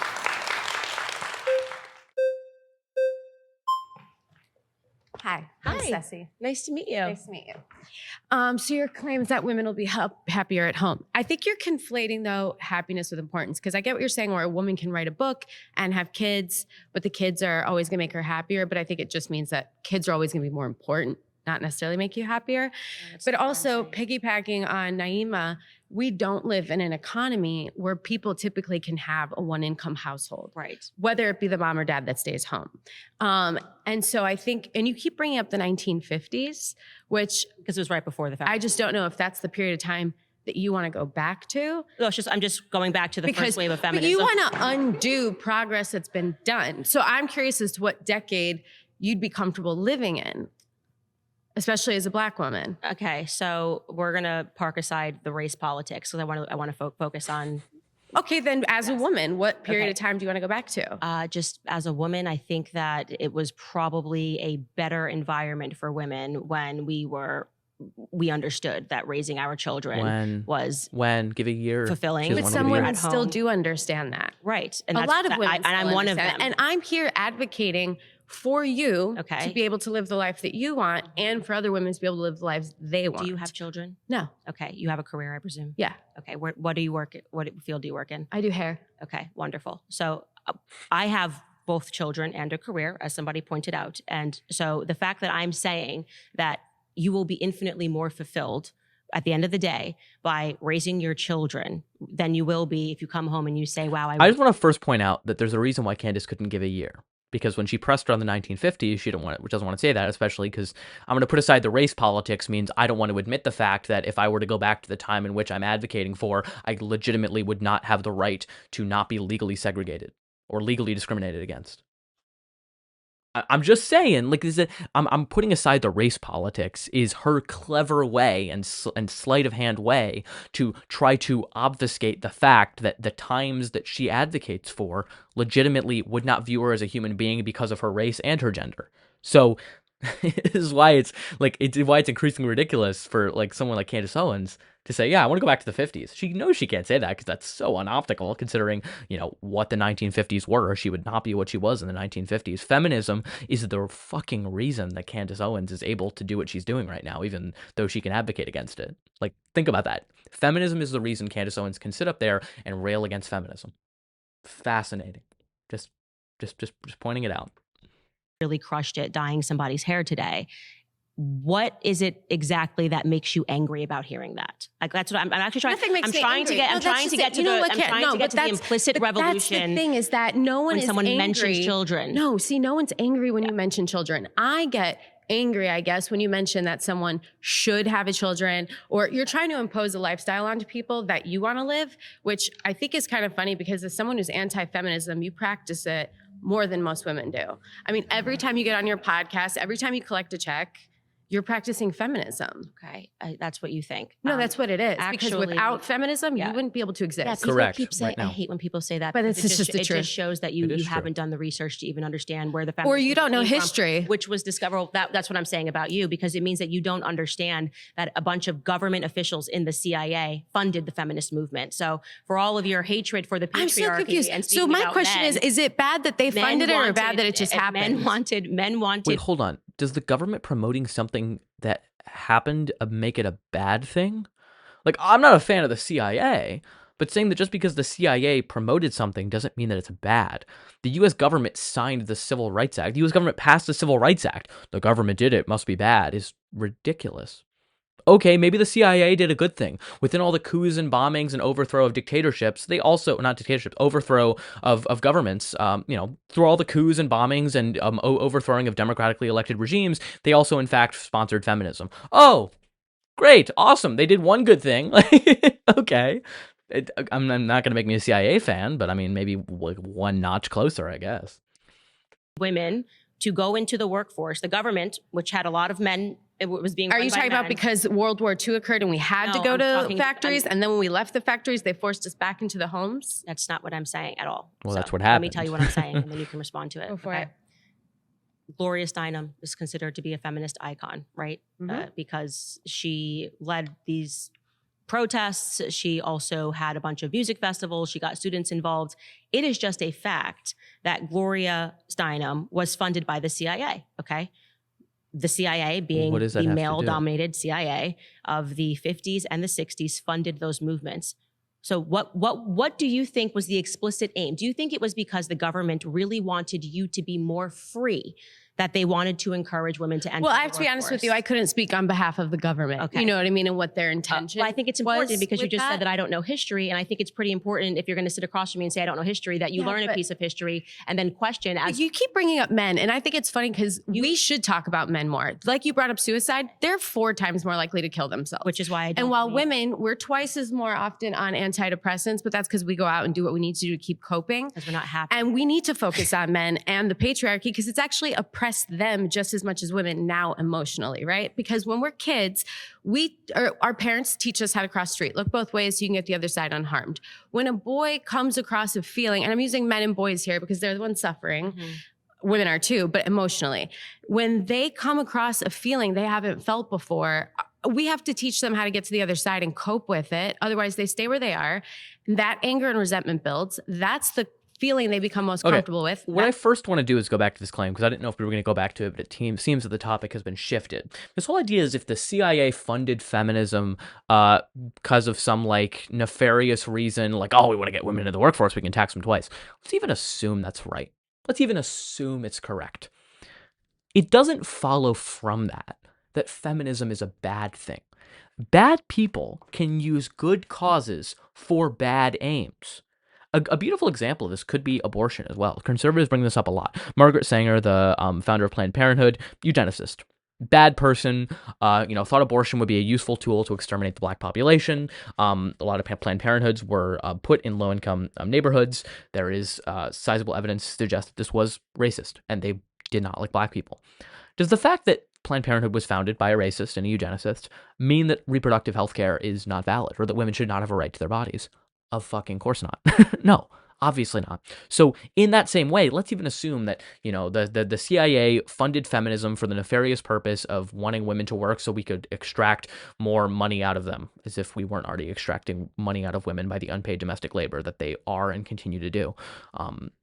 Does it mean that feminism is a bad thing and that women having choices and that women having freedom is a bad thing? No. So the problem is everything Candace is saying could be completely correct, and the U.S. government could be nefarious, and they could also have incidentally promoted a cause that still is a good thing, even if there are some negative consequences that are downstream from it, not necessarily caused by it. So, I don't know. It's that simple. That's the feeling they go to first in most situations. All right, so we need to pause. stop telling our boys that they don't cry, because they do. They just do it alone, and then they become even more alone. That didn't really have anything to do with the last. It seemed like you just switched the entire topic. All right. Jasmine, nice to meet you. All right, she's on the intro. Okay, so you say that women are more fulfilled at home with kids than going out into the workforce or getting educated, but that just really doesn't bear out when you look at the stats, when you look at how working mothers are way less likely to be in poverty. Maternal education is the #1 predictor of childhood outcomes, better scores, getting higher incomes in the future, fewer behavioral problems, better mental health. So it's weird to me and college-educated women are least likely to get divorced, and they're the only women, the top 10% of women are the only women whose marriage rates are going up. So they're getting married, they're staying married, and their kids are doing better. When you look at stay-at-home mothers, you see that they're more likely to report being depressed, they're more likely to report having anxiety and anger and all these types of things. So how can you say that? Seems like a woman, if you want to get married and have kids, you should go to college and have a career. So it sounds to me like we are looking at totally different statistics, because everything that you said, I've actually read the exact opposite. I'm glad we're on a fact check show with you. Right, exactly. Oh, it's so exciting. That's going to be amazing. Okay, because I know, like I said, I think what we're talking about is that there was this widespread report on female happiness, and I know that it was formally debunked, and it was That's not what I'm talking about. Pew Research, Right. University of Okay. California. In fact, working mothers today spend more time with their children than women did in the 1960s that were at home. Okay, well, women that are at home are obviously spending more time with their children than the people who are at work. And their today. children are not faring off any better, Right. and they're faring off worse. How are you measuring their children faring off worse? How likely they are to higher incomes, better scores, fewer health problems, fewer behavioral issues, and better mental. So the just to get back to the claim that I'm making here is that it is obvious that women who have children are going to be more fulfilled. How is right? that obvious? Because you said so? Not necessarily the case. No, it's not obvious because I said so. It's because when you look at all the statistics in terms of women who are choosing not to have families, they are, as the person who just sat here before you mentioned, they are suffering from more depression. They're suffering from more anxiety. And that's not true. Okay. I'm going to keep bringing this up over and over because I think it's really important. Hold on, I want to get, I'm going to bring this up because it's very, very important. It does not follow from the claim that people who do not have children are unhappy, that they would necessarily be happier with children. They would be happier having a support system, whether that is a family or whether that is having more platonic relationships. I've said this so many times, I'll continue to stress it throughout this entire video. Having more healthy platonic relationships is so important.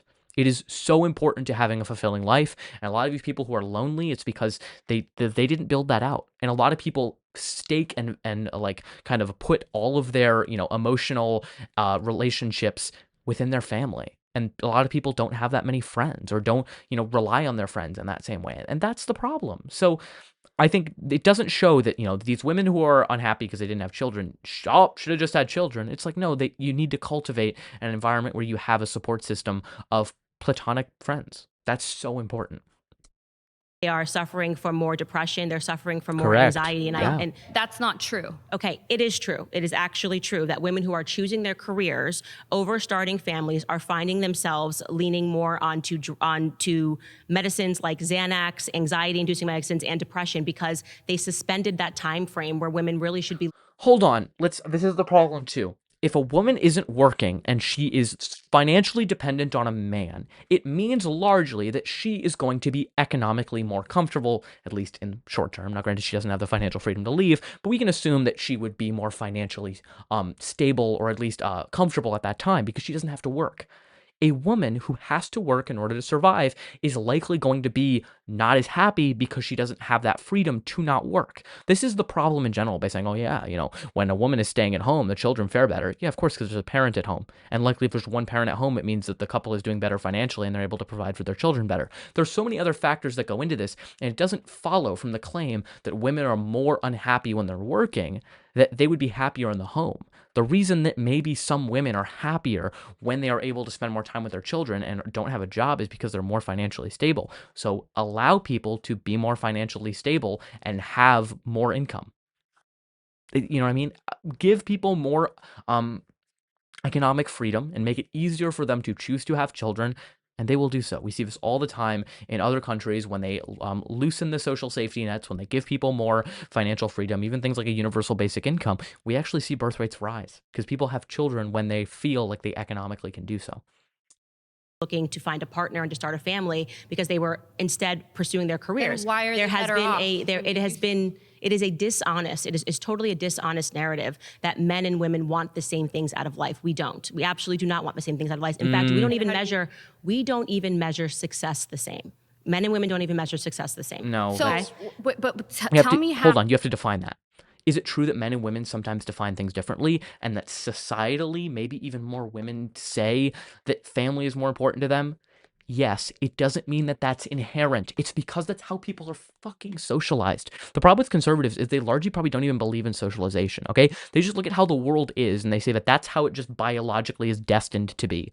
No. When you give girls, dolls from birth and boys trucks and kind of reinforce these gender stereotypes throughout their entire life, that's what they should care about, and they should care about having children or having a career, then yeah, of course, if you ask them later in life or ask them as they've been socialized to believe what they believe, they're going to reflect their socialization. This isn't a, brain explode moment, okay? This isn't it isn't shocking. Okay, like this makes a lot of sense, and it doesn't show that these things are inherent and they ought to be that way. All it demonstrates is the status quo exists in a certain way. It doesn't have to be that way, nor should it be that way. We shouldn't socialize our kids into these rigid gender norms from such a young age. That's what it demonstrates. Not that women are inherently want different things. They don't inherently. They're socialized to want different things. It's not that difficult. The women who are working and getting educated, why are they faring off better in all of these? I am telling you that I do not believe they are faring off better in all of these measures. I am because of what? I am telling you that we are looking at totally opposite statistics. Like, so you're sitting here telling me that the statistics show that women who are working are producing better children, but I am saying that women that grow up in a two-family home where the mother stays at home are faring off better than the children who are being raised in an environment where the women are working, working, where both of the parents are why don't working you away stay from home? the home. I do get to work from home. No, but that's the irony. I've watched your show. You talk about all the nannies you hire, and it's so hard to find a good nanny. I never talked about all of the nannies I hire, but you have. I spoke about how difficult it was to find a babysitter who knew how to cook a meal, and that's because you don't need a babysitter. You're already. You could retire right now. You have to let people respond to you when they're speaking. You don't want to. To respond to you when no, you don't want to. You want to be working, which is great. You're telling me what I want now, and then accusing me of telling you. Wait, you don't want to work? Can you just let me finish? Because you've said so many words that she's right. What you're trying to do here, like your argument style, is I'm going to say so much and not let her get a word in, and then walk away and feel like I've won. We're not having a conversation because you've not letting me respond to even one of your points. Go for it. Okay. What I am saying to you, first to answer what you just said, which was a lie, what I spoke to you about on the weekends is that it's been increasingly difficult to find a 25-year-old who even knows how to make boxed macaroni and cheese, right? That's crazy. That is in large part due to feminism. Women don't even focus. Women don't even focus. Mac and cheese. There's this idea that women shouldn't be cooking. Like there's something fundamentally wrong with women even learning how to cook. You know what I mean? Boxed mac and cheese? Because Candace is pulling shit out of her ass. I know how to make boxed mac and cheese by the age of 10. No, the instructions are on the box. No, I don't fucking buy it. As much time with your children as you possibly can, because that's the way to get the most fulfillment. No, and that's what I'm trying to say. I am speaking to you then stop. Okay, could you please let somebody get in I did. a word edgewise? I let you finish. You're not. You I actually did. have not let anybody finish. And like I said, it's no one benefits when you're just speaking over me and not allowing me to respond. All you're proving is that you have an attitude and you believe in feminism, but you're not. That's what I'm saying. You just have an attitude, and it's not. Get on the point. It's performative. I'm actually my point. I will be quiet if you address my point. Does anybody actually feel here that I am being allowed to address any of her points when she just keeps running over me? Like I'm literally trying to answer your first point of you saying that I don't stay at home. Why would you pull that? Fair point. Really weird. Fair point. Obviously, I get that you're all anti-Candace and pro-feminist, but also it's not productive if you're not actually. Okay, address the point. You spend more time saying that I'm not addressing that you don't have a chance to talk. Thank you. The whole time you could have addressed the point. Okay. You could have talked. I go for it. Just want you to know that you're not coming across as somebody who wants to actually have a conversation. So go, to get back to Candace, the claim, stop because I don't even know where filibustering. you're at. You're now talking. You're saying that I said stuff in my podcast. I'll go wherever you want to go. I never said. I'll go wherever. So do you want to start with me working at home? Because I work at home. You just said something about me working at home. You travel all around the world. Okay, you do speeches, and I love that. I love how ambitious you are. That's a really great trait. And if you were truly said that, you would be more fulfilled. Now, one thing you do find is women, they don't want to stay at home when you pull them. They just want flexible working hours and flexible working conditions like you have. And I think we should all advocate for that. It's not one or the other. But when you sit here and you go, you'll be more fulfilled doing this, then spend all your time doing that. We would love for you to leave the public eye and go focus on what makes you fulfilled. Yeah, there we go. Great. Good for her. That was a great intro. It makes sense. Hey, before we go any further, no, I don't care. Stand the need. Their work is reporting on issues. Okay. Surrounded. You also thanks again to is that we live under partnering with us on this episode. Now let's get into it. My next claim is that we live under a matriarchy, not a patriarchy. This might be the most ludicrous one. Hi. Hello. Nice to meet you. It's a pleasure to meet you. I'm Princella, the Queen Maker. Love that. So you say we live in a matriarchy. Right. Can you give me the definition of patriarchy? Yes. Well, the patriarchy is the idea that the system, our system in America, is being run by men, and that women are having to exist under a system that immediately disadvantages them because men are behind it. And I disagree with that pointedly. I think actually we're living in a society where people are being very much influenced socially and politically by women. Okay, so hold on though. It's not. This is the problem. Candace doesn't even understand the problem. So how could she ever provide a solution to it? Patriarchy and matriarchy, and if we want to talk about matriarchy, but patriarchy is not just who's making the decisions. It's who are the decisions designed to benefit. So the women can be behind a patriarchal system, and many women do reinforce a patriarchal system. Candace as a woman reinforces a patriarchal system and upholds that. So, I mean, technically we all do to some extent, but Candace actively does that. So it's not just like, oh, if it were all women weren't running it, that therefore inherently patriarchy would disappear. Absolutely not. If all men disappeared, women would still have to fight the patriarchy, because patriarchy is such a ingrained system that even women are complicit in upholding. So no, saying that women are empowered and women are telling other women to do things doesn't make it matriarchal. They could still be reinforcing norms that predominantly benefit men at the expense of women, which is what patriarchy is. The denotative definition of patriarchy is father rule, and where positions of government are held majorly by men, where women are largely excluded. So 125 House of Representatives are female, and that's only about 25%. Right. And only about 28% make up Senate, and 3.3% of Congress up until this date have ever been women. So by denotative definition, we literally live in a patriarchy. Yes, so I disagree with that. So I think what this gets to, which is actually an important part of the conversation, is that people always think that where there is disparity, there's somehow inequality, and I actually reject that entirely. I think it's just a difference in what we're interested in. I think we're biologically wired, we're interested in different careers, and just oh my God, it just happens to be the case that there are less women in government. It has nothing to do with the fact that up until very recently they were literally excluded from doing that, and up until very recently they couldn't literally own their own credit card or have their own home loan, or they couldn't even go outside without a male escort, or they were completely subjugated in that area, and they've been socialized from a very young age to do that. But no, it must just come down to the fact that they have two X chromosomes. Jesus Christ, Candace, how are you this fucking stupid? Oh. Yeah, definitely. Oh, yeah. The disparity says nothing, okay? Women are just twice as less likely to actually care about how the world works, because that's what politics is, okay? You think women are just not even interested in how the world works and issues that affect them, despite the fact that the issues that the government is ruling on disproportionately affect women and women's bodies. Like, oh my God. Swear, I already crashed out multiple times. This is painful.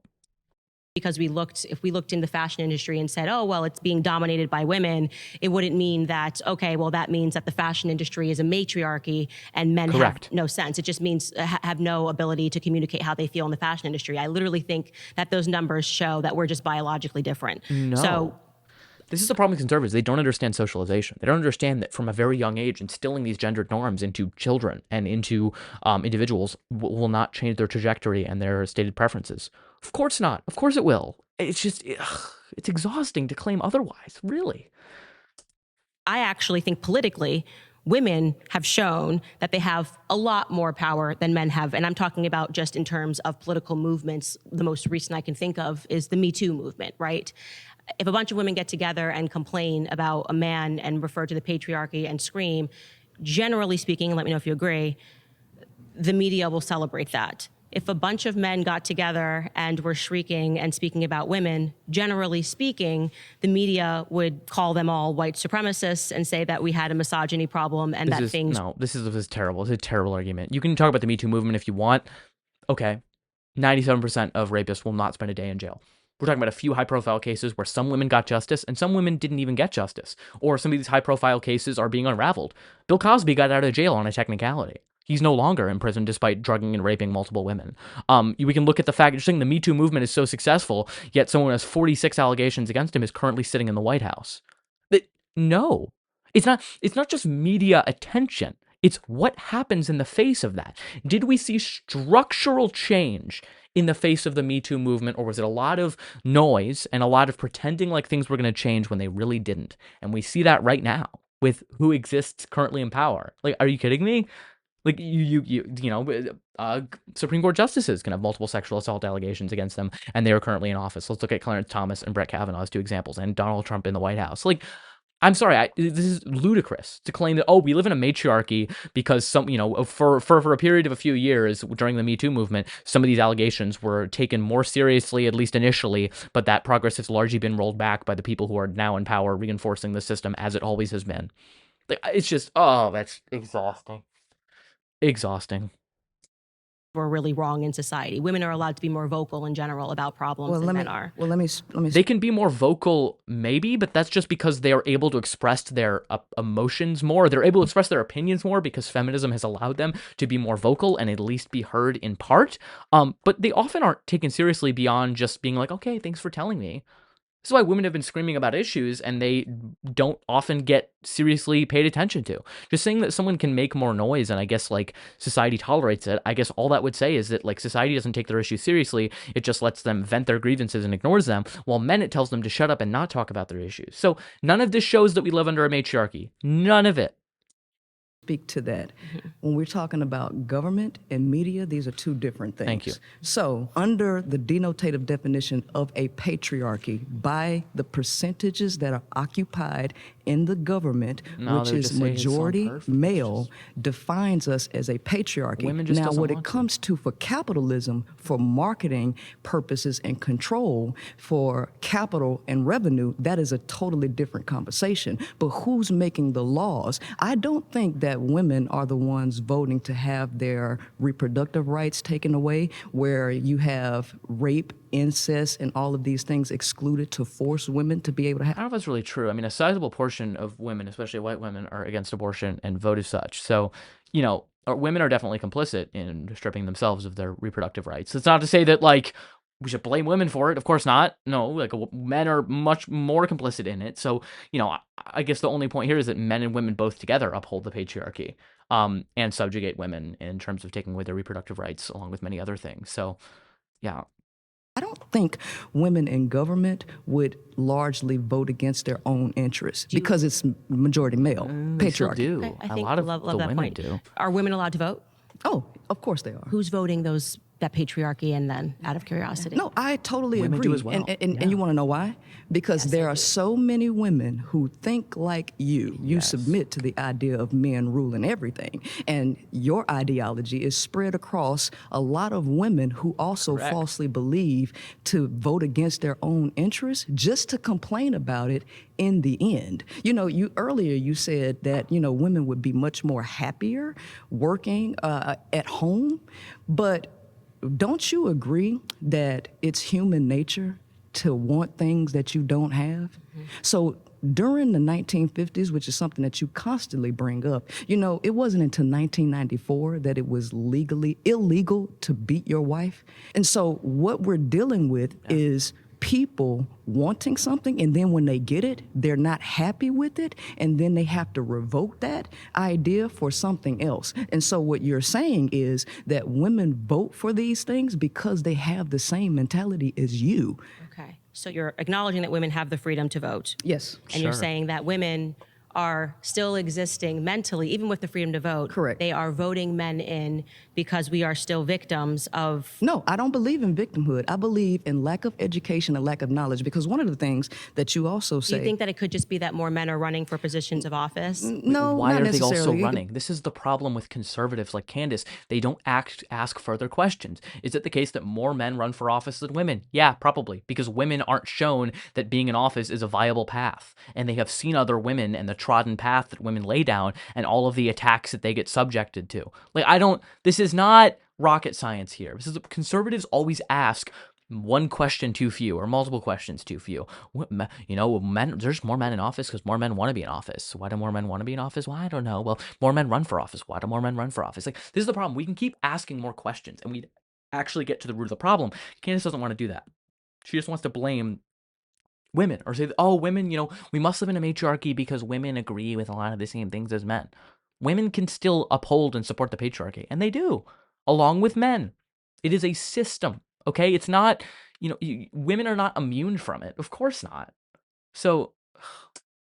Because remember, the United States, the average reading comprehension of people in the United States is 6th grade. So we're not dealing with educated people. Lack of education is the cause for what we see in the world. And if we educate the women better, because a nation can rise no higher than its woman. And if she reading and comprehending at a 6th grade level and popping out a lot of kids, you know, because the brokest people in the world pop out the most kids. So if we have those people voting, of course they're going to vote against their interests because they're voting for some utopian society that will never exist. Okay, so that's why you think Kamala lost.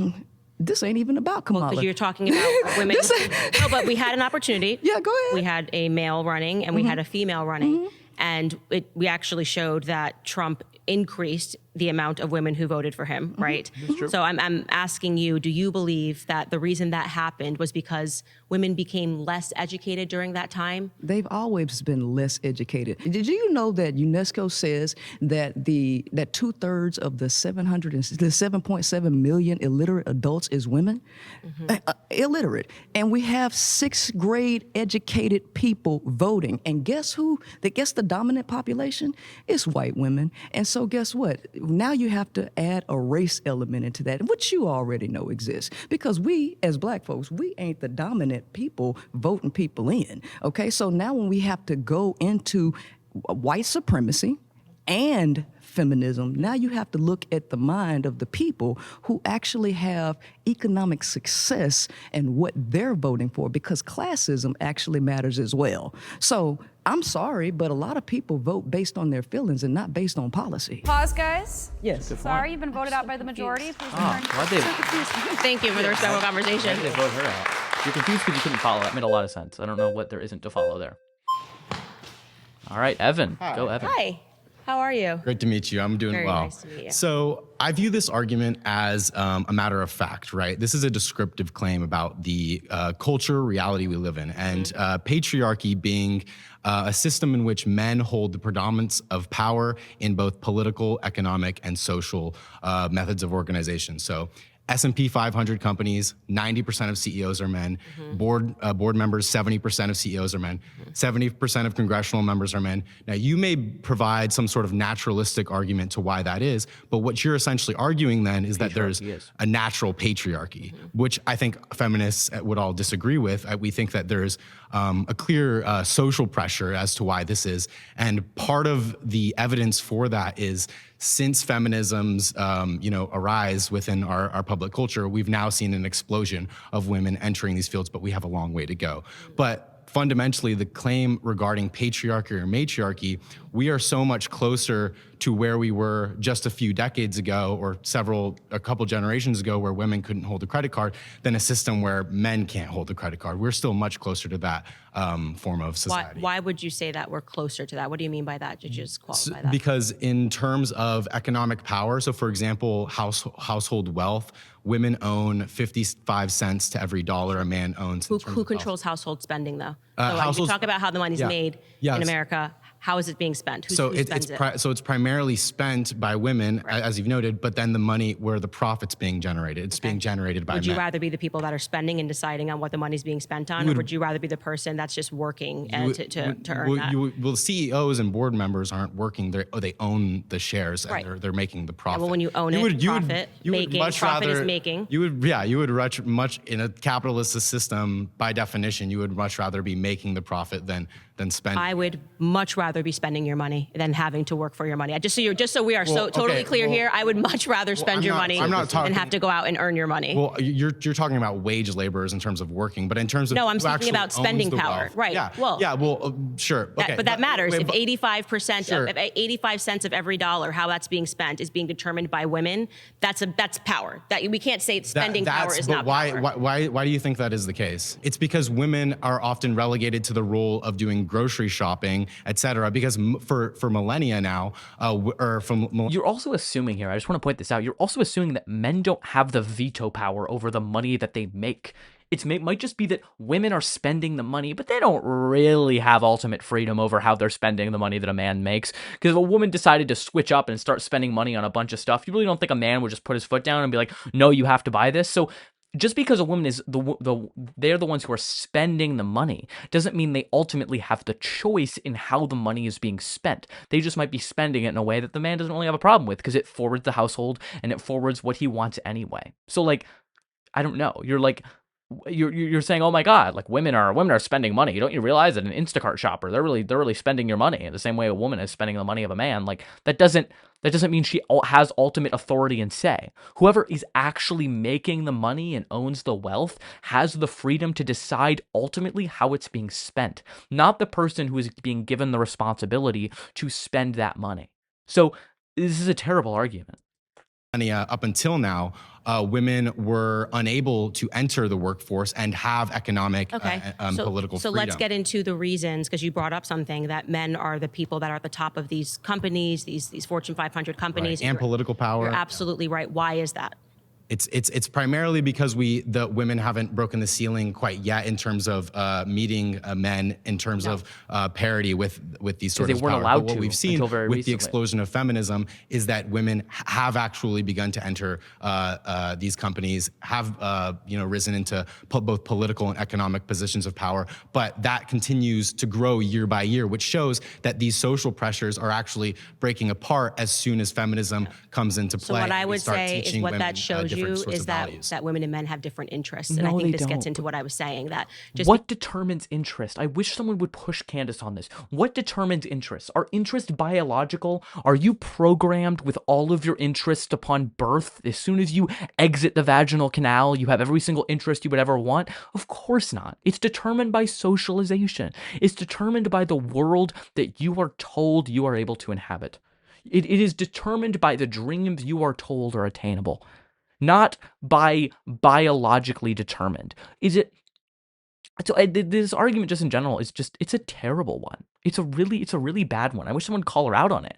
It's not that women are CEOs less because genuinely women want to be CEOs less. It's that for almost our entire existence, up until very recently, the position of CEO was completely off limits to women. So of course we're not going to see women suddenly take over every single Fortune 500 CEO position, but we have seen substantial gains in the minimal amount of time since women have been told they're able to occupy that role. So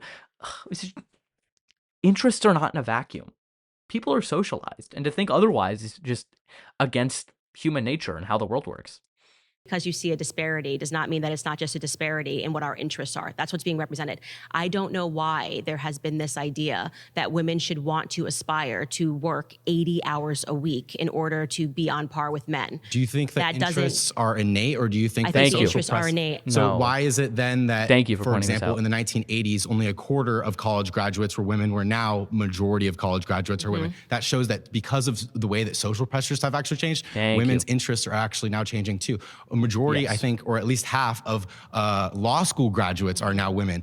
It used to be the case for example, a few hundred years ago, that a lot of primary philosophers like Immanuel Kant, Hegel, didn't even believe women could be reasonable. Now here you are today doing a debate with me where we're using logic and reason to get to these flows, and nobody here would dismiss the claim that you can't be rational or logical or be, for example, a great lawyer because you're a woman. Right. So I totally agree with you that women, but I think they have actually entered into the workforce. entered into college under this external pressure of feeling that if you don't go to college, you're going to be a failure. So you admit and that knowing pressures that, are a part of the way interests work. yes, but we're disagreeing on where the pressure is coming from. I think that now the pressure is that if a woman doesn't enter the force, there's no longer this idea that, okay, we're going to come together as a family, whereas there was this reality that there was this understanding that women don't want to be financially dependent on a man. They don't want all of their choices dictated ultimately by the person who pulls the strings, who has the power of the purse, frankly.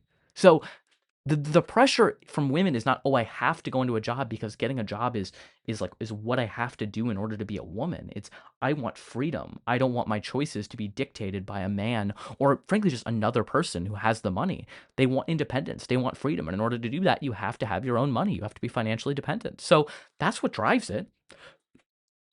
Have a partner. People were getting married when they were 18, 19 years old. Right. Our grandparents, now it's because of feminism. And I'm saying this is the downside of feminism. Women no longer have that sense. They think that they have to be pressured to go take out a loan to go to college. And then you have the pressure to get. Well, they have the same pressures as men because women no longer rely on it for an income. Pause. You've been voted out by the majority. Please. I did like our conversation. Might have to come back to you. I hope she chooses Evan. Hi, Candace Owens. I'm Paris. Very nice to meet you. Nice to meet you. So can I explain to you why I believe we live in a patriarchy and why I believe we live in a society that's preferential to men? So I'm going to use the example of male violence. There's a lot of places I can look, but we're going to talk about that. 81% of women have been sexually assaulted. 1 in 6 have been raped. 1 in 4 women are the victims of domestic violence. 98% of perpetrators of rape and sexual assault are men. 95% of perpetrators of domestic violence are men. In regards to human trafficking, 70% of human trafficking victims are women. women.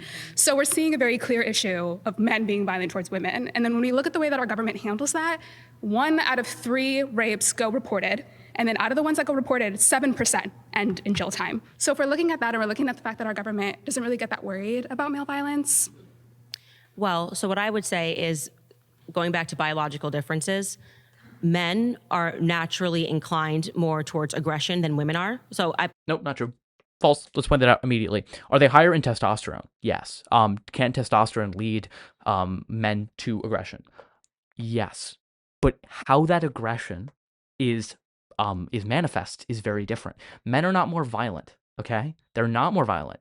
They're not inherently more aggressive. They can act on aggression whether or not they have those feelings or have that predisposition. So it does not follow from that like men are to be expected to be more violent because they're more aggressive. So I just want to point that out before Candace tries to say, what do we expect? Of course men are going to rape women more. They have more testosterone. Like, no, of course not. I am not shocked by you telling me. Even if you looked at, like I said, male on male crime, you would see that there are more instances of men killing other men than there are instances of women killing other women. That's not biological. That is social. Just because men are biologically stronger in terms of muscle mass or have more testosterone doesn't mean that them acting on them being physically stronger and having more muscle mass and having more testosterone is inherent or is like destined to happen. If that were the case, then we should give up. Men are going to be more violent. Candace Owens, I guess, is making a very good argument as to why we should be, wary of all men all the time, no matter what. So there we go. It's bioessentialist is the argument that she's making. I think actually speaks to our biological differences, which is actually at the root of everything that I believe about feminism being a lie, is because they're trying to program people to believe that men and women are the same. Now, I don't think that pointing to the fact that men are more aggressive than women, which is a point that you and I 1000% agree on, whether or not that manifests in the very wrong way of men harming other men, which I think they do more probably than they are beating women, men on male violence. That manifestation doesn't change the fact that men and women are just biologically hardwired different. I think it's actually proof of that. And I don't think it has anything to do with the fact of power dynamics in this country, because to the contrary, if you look at prison rates and talking about how disparities don't mean anything, the majority of overwhelming people that are in prison are male, right? There's a reason for that. So when it manifests in a good way, that male aggression, is the reason why we have men defending us, men that are willing to. Who are they defending against? They're defending against men. So men are just fighting back or helping to mitigate a problem that they solve. Like, that's not a point in favor. To war and die for our nation. Who's fighting, aggression being an aspect of masculinity has nothing to do with the conversation of whether or not feminism is harming women today. Yeah, I mean, I agree with you that we agree. Women are biologically different. Yes, men but I don't. What I want you to connect it to is, I guess, power. Because what I'm talking about when I say that we're existing under a matriarchy is that I believe that the social pressures politically and socially that are coming, and even within our music, if we talk about Hollywood, it's very matriarchy, because Hollywood music is wild. Okay, it's just ridiculous. That's just not the definition of matriarchy. Candace is trying to say that women are like privileged in a few certain areas, and thus that completely discredits all of the ways that men are inherently privileged. And she's trying to define words loosely and frankly provocatively in order to support this claim, which is ludicrous. Much that has power become means nothing. Just because who was on the top music charts or whatever are women. Okay, how many women have paid maternity leave? Okay, that's not how are things panning out in the family courts? Why are abusive men having access to their children? Why are women making less than men? What? I mean, none of that means anything to me. So that gap, obviously, I'm sure you've recognized the gender gap has been debunked so many times. It's almost foolish to debunk it again. Well, you could say, that most women will go into jobs where they're making less, but then it does answer the question of why do we not value women's labor? That's not valuing women's labor. It's just a reality that if you are going to be a person that aspires to become a brain surgeon, you are going to make more money than a person that aspires to do something that's, in the household. Can we go back to the be a teacher? Here's the thing. Why does society value brain surgeons over teachers? I'm sorry. I've always wondered that. Why aren't teachers paid as much as the president of the United States? I'm being slightly hyperbolic, but seriously, what job could be more important than educating the next generation of human beings, of citizens? It is one of the most important things. There is such, she's correct, or the individual's correct in saying that, in saying that we don't value women's labor. We don't value women's labor. Because then otherwise, in the fields that they would be making more money. So this whole idea that's gender, the conservatives, once again, don't ask enough questions. They're like, well, when you really account for education and they account for career choice and you count for hours worked, women actually don't make less. Okay, but all of those things are relevant variables. Why do women work less? Because they're expected to shoulder more of a higher percentage of the domestic labor. Why do women go into lower paying fields? Well, largely they're pushed towards fields that are seen as more feminine, or they are more welcomed into, more caretaking fields. Why are those jobs paid less? Because they don't value women's labor as much as they value men's labor. There's nothing inherently more valuable about a brain surgeon than a teacher, okay? A good teacher is able to teach children with a surgical precision that leads to success, the same way that a brain surgeon is able to perform a brain surgery with surgical precision and success. Both of those jobs are important. We just arbitrarily value one over the other. It's important to acknowledge that. This is not a, absolute biological thing. Lions question. Yes. Why does our country not persecute men then who are rapists? Well, the majority of people who are in prison are men, so not for rape. I don't know what you mean that we don't prosecute men for that are rape. rapists. We even prosecute people. 7% go to jail. Only 7% go to jail. I don't know what that has to do with the question of whether or not we're living in a matriarchy or a patriarchy. Because our if government there's is an preferential to men. You're saying that they only like to arrest men when they kill someone, but our government is awarding men for raping women. I don't understand what They don't care. Rape is effectively legal. You can literally rape a woman and you have a very low likelihood of actually going to jail. I don't know if I go that as a far, man. but rape is effectively legal. It's effectively legal. How many men are actually going to jail for rape? I actually agree with you that in terms of sex crimes, and I don't know how you're peeling out women, because I would even, and again, this has nothing to do with our argument today, but I would even say that people are not being prosecuted hard enough when we're dealing with crimes against children, period. Talking about 100%. Sexual crimes not being prosecuted 100%. in this country Yeah, but you only is care a when whole they're other LGBTQ, conversation, and you will Candace. not get a disagreement with me, but I think that it's wrong to say that it's somehow attached to being a woman when you know that there are so many children that are going through the exact same thing. I mean, the light sentences that are tossed out for pedophiles, it's completely ridiculous. All right, guys, pause. But I don't think it has anything to do with the conversation that we're having right now. But I agree with It has everything to do with it, and you're separating it to make your time. Please return to your seat. I'm going to add 5 more minutes to this claim. Oh, wow. All right. Fascinating. All right, Adam. Nice to meet you. Hi, Adam. Nice to meet you. So your claim is, just to be clear, that we live in a matriarchy, right? Yes. So I think even you'd agree that on a global level, that's obviously ridiculous when there are countries where people literally are honor killed for like Instagram posts. But even if we're talking about just the US, right? We don't have paid maternity leave. Abortion is illegal in over a dozen different states. And as someone earlier was mentioning, women are overwhelmingly the victims of sexual violence and domestic abuse. So that doesn't seem like a very well-designed matriarchy where women are victims or, lacking power in so many different realms of society on like a structural level. I just do not think that women are lacking power on a structural level because they can't, which they can, by the way, abort their children. Is that like one of your components? Is that There's many states where abortion is illegal. Do you dispute that? I am going to dispute that having a child is somehow something that restricts women in any capacity, like you're What saying. about the ability to decide what you do with your own body? I don't believe that I don't believe that murder is something that you should be allowed to decide. Sure, and murder is the legal. It's actually what you're doing to somebody else's body. Sure, So I'm murder- pro-life. The argument that women will only be free if they're able to kill off their own offspring, to me is that's a really extremely off-colored. Well, I guess if argument you for me. frame it that way, everyone kind of has to agree with you. But when we're talking about abortion, when 99% take place in the first few weeks, when there's no thalamus, there's no cortex, there's no capacity for consciousness in the fetus that's developing, saying that fetus that has no capacity to be conscious, aware, anything else, should have the same rights, same bodily autonomy as a woman, that is an obvious. I mean, you're making my point for me. That you're actually making a point that make this people point. who are born with tremendous disabilities should just be killed because of cognitive functions and ability. I don't remember saying that. When did I say that? The best argument, which again, this is sidetracked. You're saying that let's get back on track. Kill people with disabilities. Well, I'm saying that if you're saying I am saying that if you're saying that it's cognitive ability, and at what the stage ability you to think be conscious, and just so we're clear, disabled people are conscious. They're aware. Okay.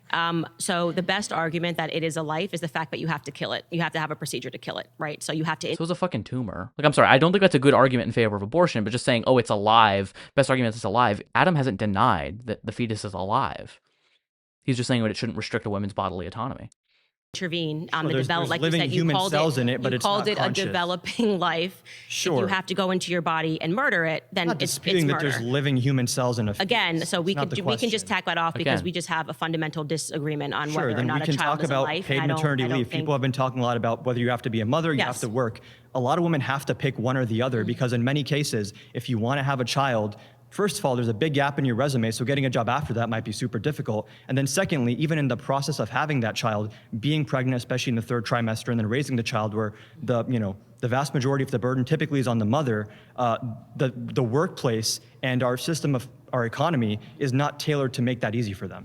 I actually totally agree with you, and this gets Paid into maternity leave, this. you This agree? I don't know. Actually, I'm agreeing with you that this pressure that you're describing exists for women, and I'm saying that it exists for women because of the feminists that came before who argued for women to enter the workplace. So what you're saying is the solution didn't work, and it actually produced more problems, and now we have more problems, and we need more governance to be able to tackle these problems. So you're Any like, system that's we need the forcing women government- to make certain decisions, I just wouldn't it's call not that forcing feminism women to to begin make- with. it's not Women should have the forcing- option to choose, do I want to be a stay-at-home mom? Do I want to work? Do I have some mix of both? Right. That's the entire point here. But you are also making an argument that if you are a woman who does run a business and does have employees, that they should be forced to pay them maternity leave.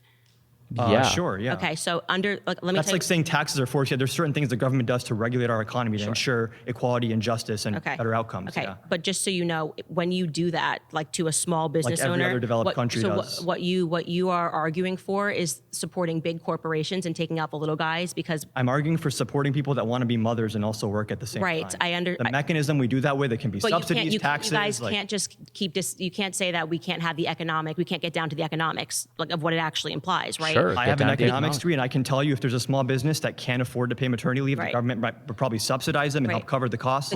Where is the government getting money from? This is tax revenue. I mean, right, exactly. So from us, Yeah, of just to course be it's clear, from from us. us. And this is the thing that gets me about all of these debates. Yeah. The magic solution that everybody has is that we just need to it's tax not the magic. government more. Every other developed country has paid maternity leave. But it's not magic as in like guess the we money should go is to these coming. magical countries The money is coming Yeah, from you. thank It's coming you. from us. So you're sitting Yes, here that's how saying, taxes work. Yes, Yeah, like- we should be raising taxes. Yeah. Okay, and this is the entire problem is that the government is already taxing homes times two, and people are Sure. already struggling with what's being taken out of We're their not taxes. taxing capital gains properly or corporate profits properly Sure, you or have high something income that properly. there's a reason that we should be taxing more here, there. It's an the point efficiency is that problem. the reason Don't you guys why want like government families efficiency? are having Maybe bring in more revenue to help women be mothers? Like, what I'm saying is that you are just Very creating good. a cyclical argument. You're basically saying that women want to be able to have it all. Women cannot have it all because the government. choice to do what they'd like. Okay, but you're saying women should have the choice to have it all. Okay, so you're That's saying a really interesting way of putting like do you have it all right now where you're working and you're also a mother? Is that having it all? I'm saying that it's not possible for women to have it all. It is impossible. Okay, what do you have? And that's one of the whatever that is what I would want other women to have as well, which is the flexibility Right, so to work a job and also raise kids if they'd like. No, but that's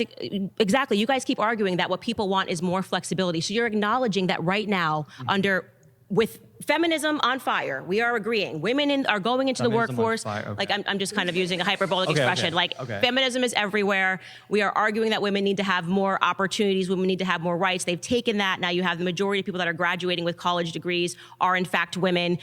Men are committing suicide at a higher rate than women. We're looking around the world. Feminism also would push for like increased Great, awareness fine. of men's We don't mental need health. to- So like that's fine. Great. You love feminism. That's great. We already know that. Yeah, we get it. most Americans agree with me, by the way. that, like women should have Actually, paid I maternity think leave. culture If you go is issue by changing. issue and by values, they might not associate with the term feminism because people like you have made it toxic. But the actual the values next that thing is that you undergird will feminism you will move are the extremely goalpost, popular. and then when Good. they begin taxing so that we can account for paid maternity leave for 3 months, which basically means a small business owner has to not have an employee while having to pay months and months and months. Like the person's not there. They're not actually. Small business doesn't have the revenue to cover paid maternity leave. The government would probably subsidize them to make up the cost. No, I actually think that the way things were made more sense, where we had an environment where you could afford to take care of children with just one person you bringing would- in income in the house. Is that possible in the current environment? You can obviously. When things are going to get way more expensive with these tariffs as when well? we Like, it's start- not going to be easy to afford anything in the coming years. Is it going to happen overnight? No, but I think we need to be realistic about the fact that the first thing didn't work, right? The entire What is the first argument, thing? the first thing was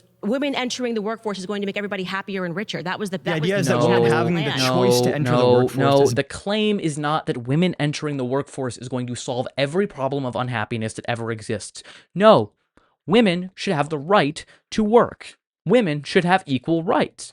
If there are still downstream consequences from that, we don't restrict rights to supposedly make people happier. That's not how we solve this problem. It's just not. We don't solve the problem of making people happier by restricting people's freedom. Okay? There's the same argument by saying, oh yeah, by letting enslaved people be free, therefore it'll make everyone less happy. I don't care. Actually, it doesn't matter to me. You don't get to subjugate people because of the smiles per capita. I'm sorry, but that's just not how it works. You don't get to just restrict people's rights because it, has in your mind, it makes people happier when it really doesn't. But even if it did, I don't care. People get to have freedom, and people have the freedom to make decisions that you think will make them unhappy. That's what freedom is, right? So this is a terrible argument. Better than them being forced to not do that. Okay. That's the argument. Okay, that actually is not the argument at all. The argument was that women would become, and I'm talking about what the feminists got ahead of, and You this can is why debate women like women this need to be imaginary like Twitter men. feminist, but like It's right now you're not- talking to me, and it's that's not the argument. I'm that not making. actually debating an imaginary Twitter feminist. I'm speaking to you, and I have no Right. idea why you're becoming increasingly more rude when I'm just rebutting your Because points that you're no, you're bringing not up. responding to my point. I That's the am issue. responding to your point. I'm saying that you're creating a cyclical argument where you keep saying that the thing that you just did, that you said was going to be enough. What It's we not actually enough. need is for women just No enter one said it was enough. No. Here we go. the workforce. Oh, women are in the workforce, and actually not we have, enough. we I'm have- saying we enough. don't have Thank enough you. because we don't and have I'm paid telling you maternity that leave. you're also not going to have enough because you're going to then be complaining when you get that paid maternity leave. I'm not because gonna you're, get maternity you're okay. Well, they are arguing for family paid leave. So That's even better, yeah. okay, I so love that. you might get. Do you think might fathers get should also be maternity around to All help right, raise guys, children? pause. leave. I think years? who's going to work if everybody goes home every time a child is Not born? everyone's gonna have a kid at the Pause, same time. guys. Pause. Yes. All right. Everyone will have a male partner. Nice talking to you. Yeah, nice talking to you as well. My final claim is that feminism has made things easier for men. I mean, I would agree with that.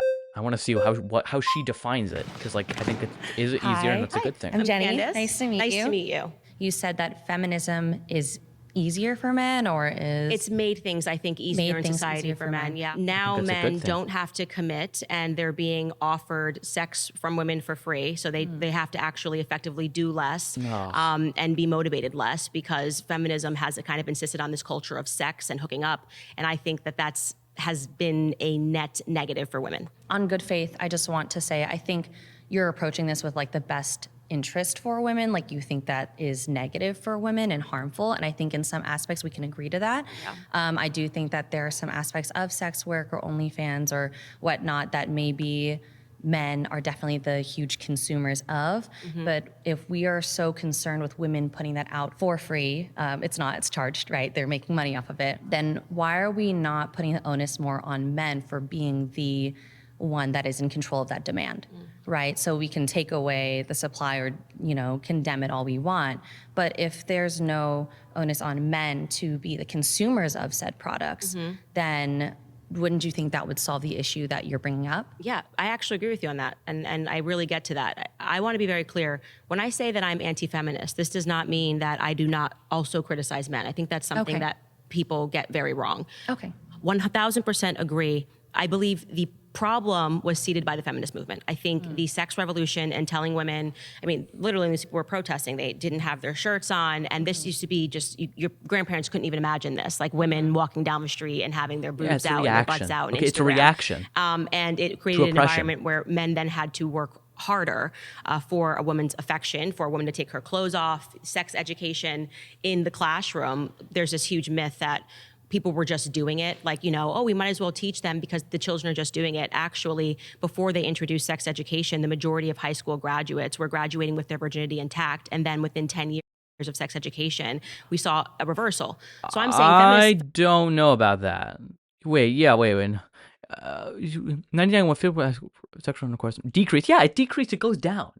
Of course they're having sex. Also, how do you get accurate reporting on that? Okay, like you think, especially when it's heavily stigmatized, you think that people are just gonna admit when they're having sex? No, they're gonna lie about that shit. Of course they're gonna lie about that shit in a culture that heavily shames people for having sex. This is a terrible argument. Telling people more about something that they're gonna do anyway is beneficial. Okay?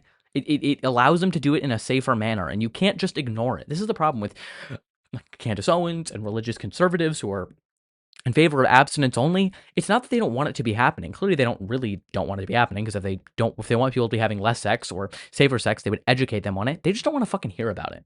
To them, that's enough. They don't want to hear about it. They want it to be happening in silence. They want people to not be educated on it. And so I guess the priests can keep touching the boys or something like that. But like, this is it's a terrible argument. More sex education is a good thing, and just this downstream consequences of like of feminism making things easier for men. Like when I first hear the prompt, I'm like, yeah, it has made things easier for men. The opposite coin of feminism, or the opposite coin there in terms of men being able to express their emotions and feelings and breaking down toxic masculinity. All those things are good things. That's good. I'm very happy that men are able to exist in that space and feel supported and comfortable in that. So, like, no, I don't think whatsoever at all this claim that feminism has made things easier for men because now they don't have to strive for a woman's affection. Like, I don't know. Like, if a woman wants to have sex with a man on the first date or whatever it is, fine. Cool. We should not stigmatize that as if what is best for everyone is to like wait until marriage. Then people just rush to get married. So I don't know.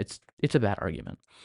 Feminism actually seeded the problem, and now the problem is bad, and it's also bad for men. It's harmful for men to be constantly exposed to pornography and soft pornography, and I think it actually, in many ways, emasculates men. Okay. But I would say they are the main social benefactors of that culture because, well, first and foremost, as we're talking about women who have to kind of pick one or the other or try to manage both, and can we have it all? Like, no, you can't have it all. On a day where I really feel like I gave a little bit more to my career, I ache because I go, okay, but like now I feel like I didn't give the same amount to my children.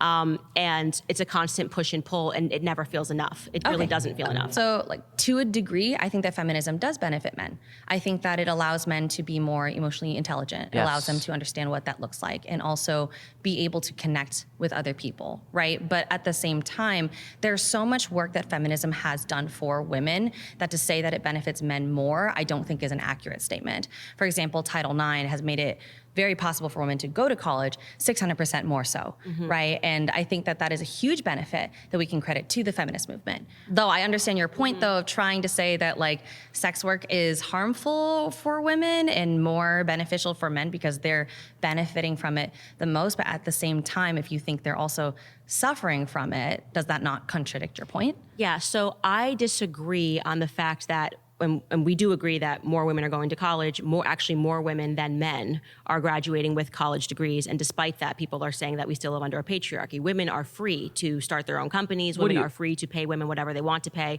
Women could hire, and in some cases do hire all women.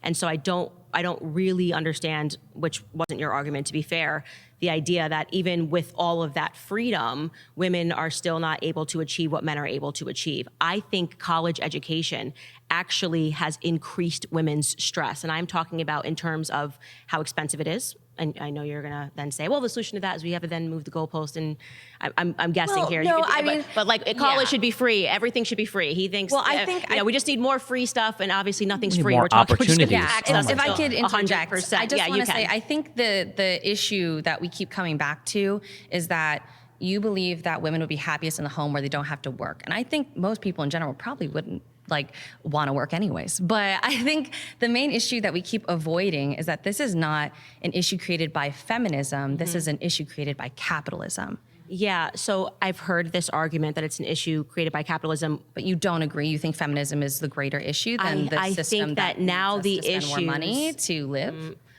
Well, we have to spend more money to live, Right. I think in large part because feminists got duped by the government. And I think we just keep further enslaving ourselves to the government. Oh my I'm not a God. person who believes in big government. And yet you find that feminists are constantly like, well, we can deal with the college issue. We just need more government. We can deal with the, needing to have more benefits. We just need more government. So it's like, okay, let's just tax every household. We don't need more government. We just need to redistribute where the taxed money is going. You know what I mean? Like, we already have taxes. They already go to places. They already go to the military. They already go to defense contractors. They already go to big subsidies for like the agricultural industry. Like, they already go to people who don't need them. Stock buybacks. Like, it already exists. All we're advocating for is a more fair system that already exists. Stop taxing people's income so high and start taxing capital gains. Raise the corporate tax rate back up. That's what we're talking about. 100%. And I'm trying to prevent that. And I'm saying that there was a time in America, and what's aspirational for me is I was, raised in part by my grandparents. They were very happy. They were just, I lived in that environment of what that looked like. And I think for many of people who didn't grow up there, feminism has taught us, and I say this as someone who had to take Feminism 101 courses when I was in college. What do you mean that it was like this nightmare courses? And people weren't happy and people were suffering and women were suffering. People, were being forced, and that there weren't actually these things that just marriages that worked, that the women actually weren't disempowered by being the CEOs of their household. Well, allowing women to have more choice and freedom and agency to leave. Sorry. They weren't the CEO of their household, ultimately because they did not have the financial power. Okay, like they can run the household, but ultimately, if you don't have the money, you don't have the power. The woman can run the household insofar as the man who has the money agrees with her. So you're not the CEO of a household, you're the trustee. You are the manager. You're the financial planner. It's not your money because you don't earn it, and he could take it away. That's the problem. You've been voted out by the majority. I did enjoy this conversation. Very respectful.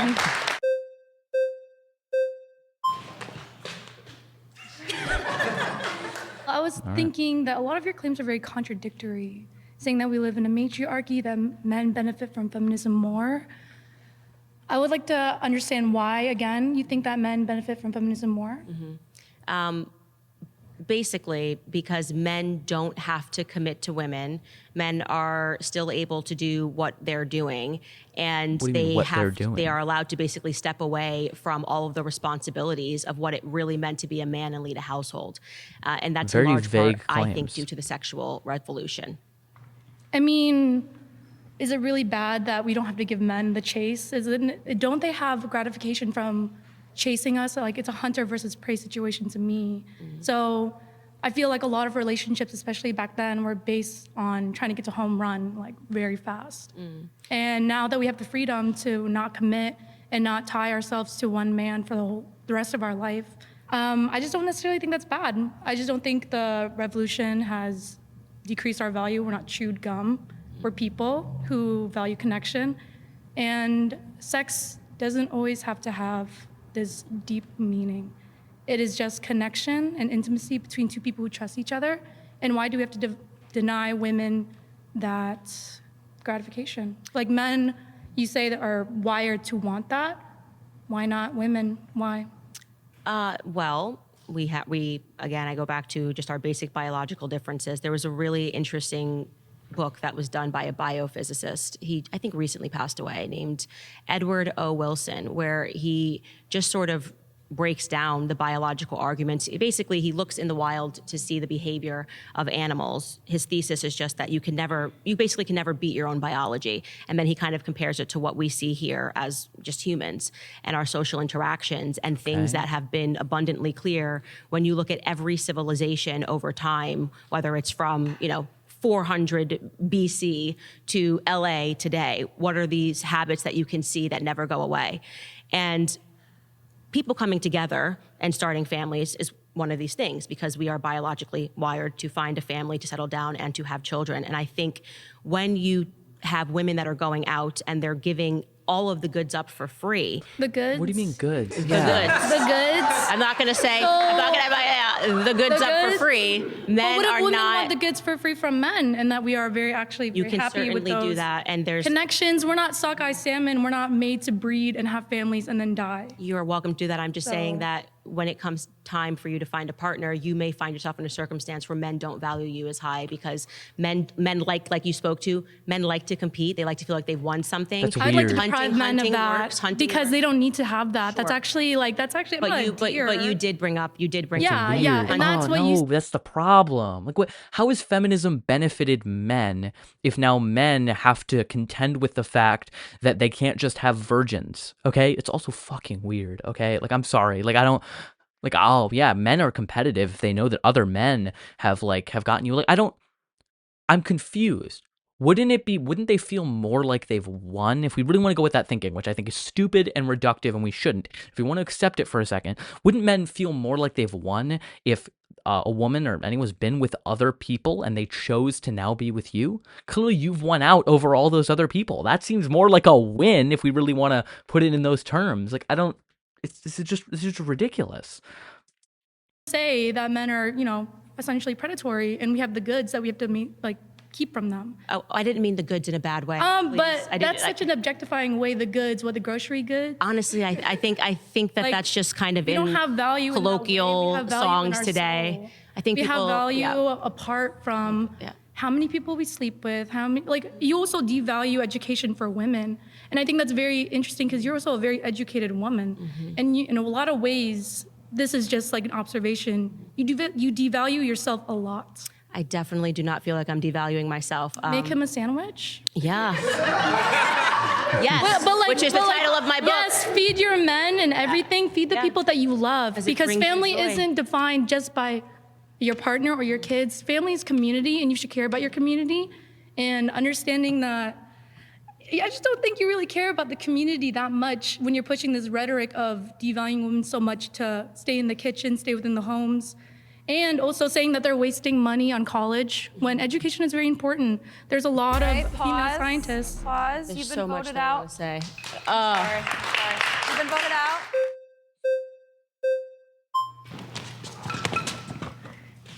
Thank you. Hello. Hi, how are you? What's your name? I'm Zola Stone. Very nice to meet you, Zola. You have very pretty eyes. Thank you. So you keep talking about OnlyFans and Kim Kardashian and well, I do OnlyFans. Okay. And I'm a stripper as well. So you're in the sex industry. Well, I'm mainly a recording artist, but I do that to fund the music.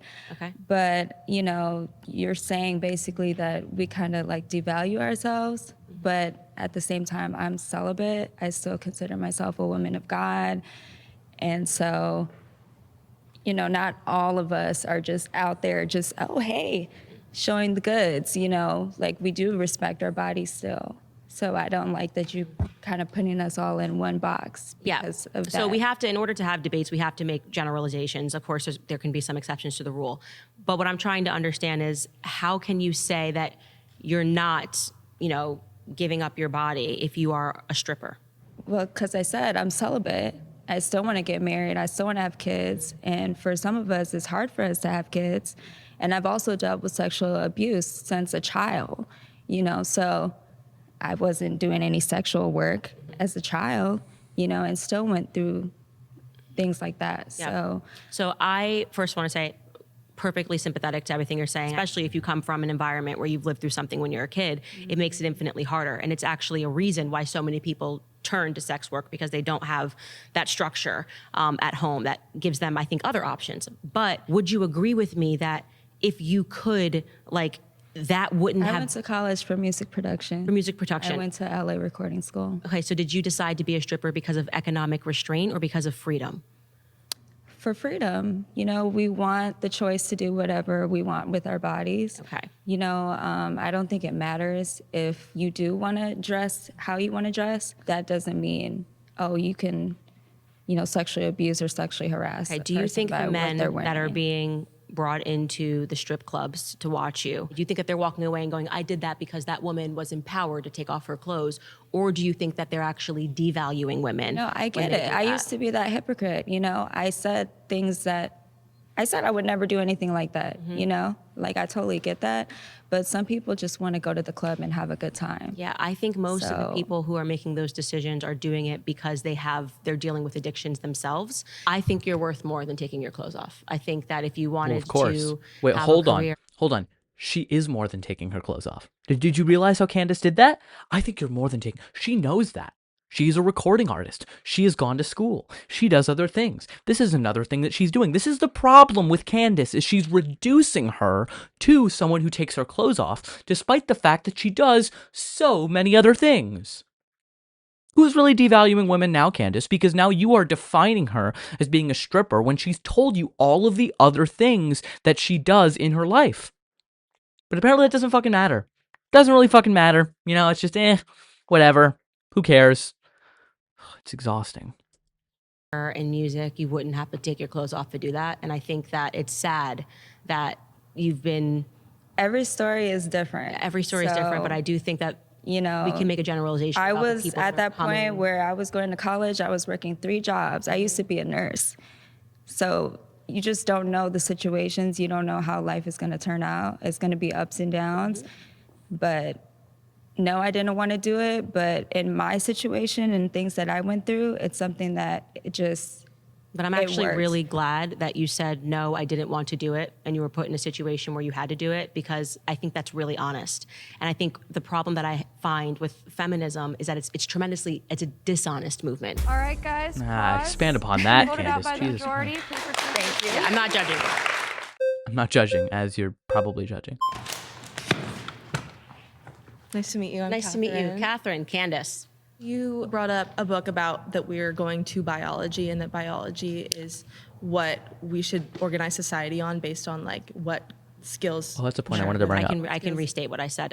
There is a book. I want to point this out because I didn't do it as well. Like, she's pointing to biology as if we can't beat biology, and showing things in nature somehow like determines that it's like good in humanity or like is natural and biological. I mean, under that basis, homosexuality is very natural. It's practiced in countless species. I think it's like 900 species who practice homosexuality. Very natural in the animal kingdom. So cool. If we want to go off naturalism, Candace has no argument against homosexuality, which, all right, cool. I mean, that's how it goes. And the argument that's being made is that you can't outthink your biology is the easiest way to say it. So feminism, I would say, is a movement where some people can't outthink they're gay then, which, okay, cool. Some people are gay. You gotta accept it. You can't outthink your biology. You can't convert to being straight. It's not possible. Good to know. they are trying to outthink biology, meaning that all we have to do is this, and that, and then magically we're going to be transformed, and that desire within us to want to start a family is just going to like die, or we're going to be happier doing this thing. And I think the answer to that is no. Right. I would argue that our biology does not have as much of an effect on the things that we choose to do with our careers, with our life choices, as you think it does. Our closest ancestors are chimps and bonobos. Bonobos are matriarchal, chimps are patriarchal. So, and our previous societies have run egalitarian for millennia. It's not been this which inherent desire for men to rule a certain way and women to rule another way. There is some egalitarian societies. It has been egalitarian. It's been matriarchal. It's been patriarchal because there are things that go into effect, like your situation, your personality, that make you better at doing something than just your biology. I know many quiet, nerdy men that would not be good leaders, and I know many strong women, and vice versa. Like, it does not matter as your testosterone, the hormones you emit, is not going to have as much of an effect as I think you think it does. I totally think it does. And so that's why, let's getting back to college, since I'm assuming you support women going to college. Yeah. Can you explain why there is, when they can freely choose, why there is such a difference in the majors that women choose versus the majors that men choose when they get to college? Well, I think it's also important to note that things are changing, and there's like many initiatives to get more women into STEM, to get women into higher paying career fields. I'm going to point it out again. Women have been kept out of these fields for so long. It's a slow and steady race to get them there. It's not that women are not choosing them. They're slowly learning that this is okay for them to choose. There's more women in STEM. There's more lawyers. There's more women. Women are making up strides to those positions, so it's not like they're sedentary and they're staying in these humanities or arts growing. The amount of women in STEM is I don't growing. think you're being honest. I No, think it is. you know, like, did you go to college? I mean, I'm in college. I think I know that women aren't, it's not because they're not pressured, it's because when quite literally they say, what are you interested in? Women flock to certain things. They just do. We do. We as a whole do. It tends to be, and this is because we are biologically wired, and even when a child is born, when a woman, like a female a child versus a male child, the girls start speaking faster and they speak more words. Just a fact, right? For the rest of their lives. Like, my daughter started speaking, and this is not anecdotal, but this is, I'm giving you an anecdotal example of something that is a real fact. So there's just a biological proclivity there that women like communication. And you see that. No, not quite. Not quite. So the study she's referencing cites differences between men and women, specifically males and females, regarding cognitive abilities. And there are some very small ones. For one, women are better at verbal comprehension skills. They are. It's true. That's a very small difference. The differences are largely negligible, though, in terms of statistical significance. And men are better at spatial reasoning abilities. So in terms of like rotating a 3D image in your mind or something like that, men or like males are slightly better. But these things are nowhere near as vast enough to make societal prescriptions based on them. So there are very slight differences. That doesn't mean that women are less inclined to go into certain fields because they speak faster as a child. No, of course not. So no, this is not the case. Once again, socialization plays a massive role here, and when we socialize children from literally birth into one of two gendered categories, of course those are going to reflect, and they are going to reflect those later in life. And they are going to choose careers that are more in line with what they've been told women can do. So Candace, once again, would be right if we saw the divide continue. If we saw, despite all of these efforts, we actually saw increasing levels of women going into certain fields and men going into other fields. We don't see that. We see the narrowing of the gaps. Like Evan pointed out, there are more women going to college than before. There are more women going into these fields when they are told they can do that. So no, it's not like a blank slate. Just, once you tell a woman that she can do whatever she wants, all the socialization and all of the societal programming that all of us have been subjected to just completely goes out the window. Like, no, we are all social animals. We are all socialized towards certain things, and that's just how it goes, really.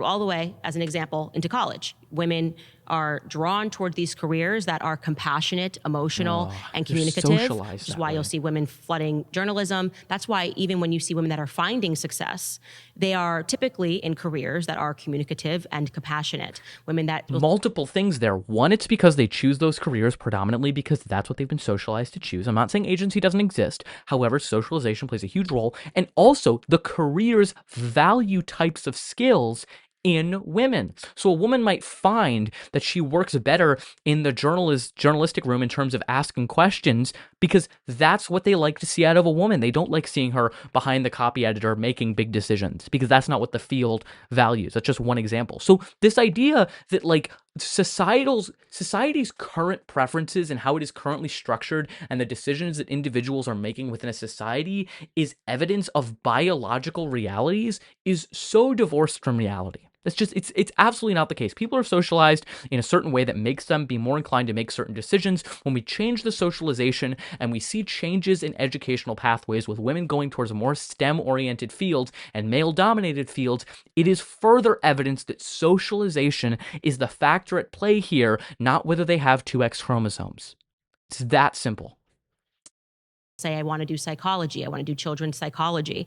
And so even at the same time that women are saying that they're running away from their biology, so to speak, they are still exhibiting that they very much believe in these determined biological characteristics that I think are something that's just never going to go away. Right, but I would also bring up that the way that women are, young girls are given dolls, young boys are put in sports. These things that kids learn at a very early age are very impactful in what children like and pursue in the future. It's not simply that, I don't think there's a biological gene that women like fashion and men don't. That's why we do see men in fashion. That's why there's actually, at the top of all these fashion houses, a lot of men are in successful positions in fashion. The way in which you teach a children to explore creativity and to play, and what we put women in pink rooms and little girls in pink rooms and boys in blue rooms, that has an effect. So, and I'll tell you why I disagree. And I know because I had my children back to back that there's a blur here. So I never had to separate them and say, you play with this, you play with that. They were growing up with their toys. I mean, 1 year apart, my daughter and my son. They just are interested in different things. And this is one of the, I think, lies of feminism. You were underplaying. Well, let's hear what she says about the lie of feminism before I debunk the lie she is saying about the lie of feminism. And when you actually have children, there may be some exceptional child, but I am telling you, my boy's first word was car. He is obsessed with trucks. He's obsessed with cars. I did not do that. I do not like, I don't like having to answer his questions about cars. I don't like having to answer his questions about trucks because my biological proclivities are not biological. designed. Yeah, I'm just so not biological. feeling passionate about engineering and wanting to know how everything works. Oh, Jesus Christ. You don't recognize that. And this is, I think, one of the worst harms of feminism, because I was a feminist when I was in college, or I at least thought I agreed with the movement, because you don't have the family family yet. So when they make these arguments that you're making, you think that that's real. You think, oh, well, it's just because you're not giving the child the Barbie doll, that they don't love Barbie dolls. Here's the problem is you are reducing the influence of socialization. We're not just talking about what toy you give your child. That is one of them. That is one example. But socialization goes so far beyond that. It's how people are represented in TV, how people dress, okay? How you dress versus your husband dresses. I mean, Candace wears a lot more pantsuits than seemingly she would think if people are supposed to adhere to gender roles. But even taking your kid outside, they witness things all the time. Our society is inherently gendered in all of the messaging that your child is getting, whether it be through media, whether it be through their observational skills, and whether it be through schooling, and all of that is gender. So it's not as simple as, well, you don't understand. I let my kids play with both trucks and dolls, and therefore they went with my son went to trucks, and I'm such a dainty woman. I just can't answer the complicated questions about the truck. Like, shut up. Okay, shut up. Okay, it's not that simple, and you were trying to reduce the entirety of socialization to the one example that she brought up and be like, well, actually, in my case, I didn't do that, and it turned out they're very different. Okay, there's so many other aspects of socialization at play that leads children to be gendered in different ways. It's not just toys. It's media.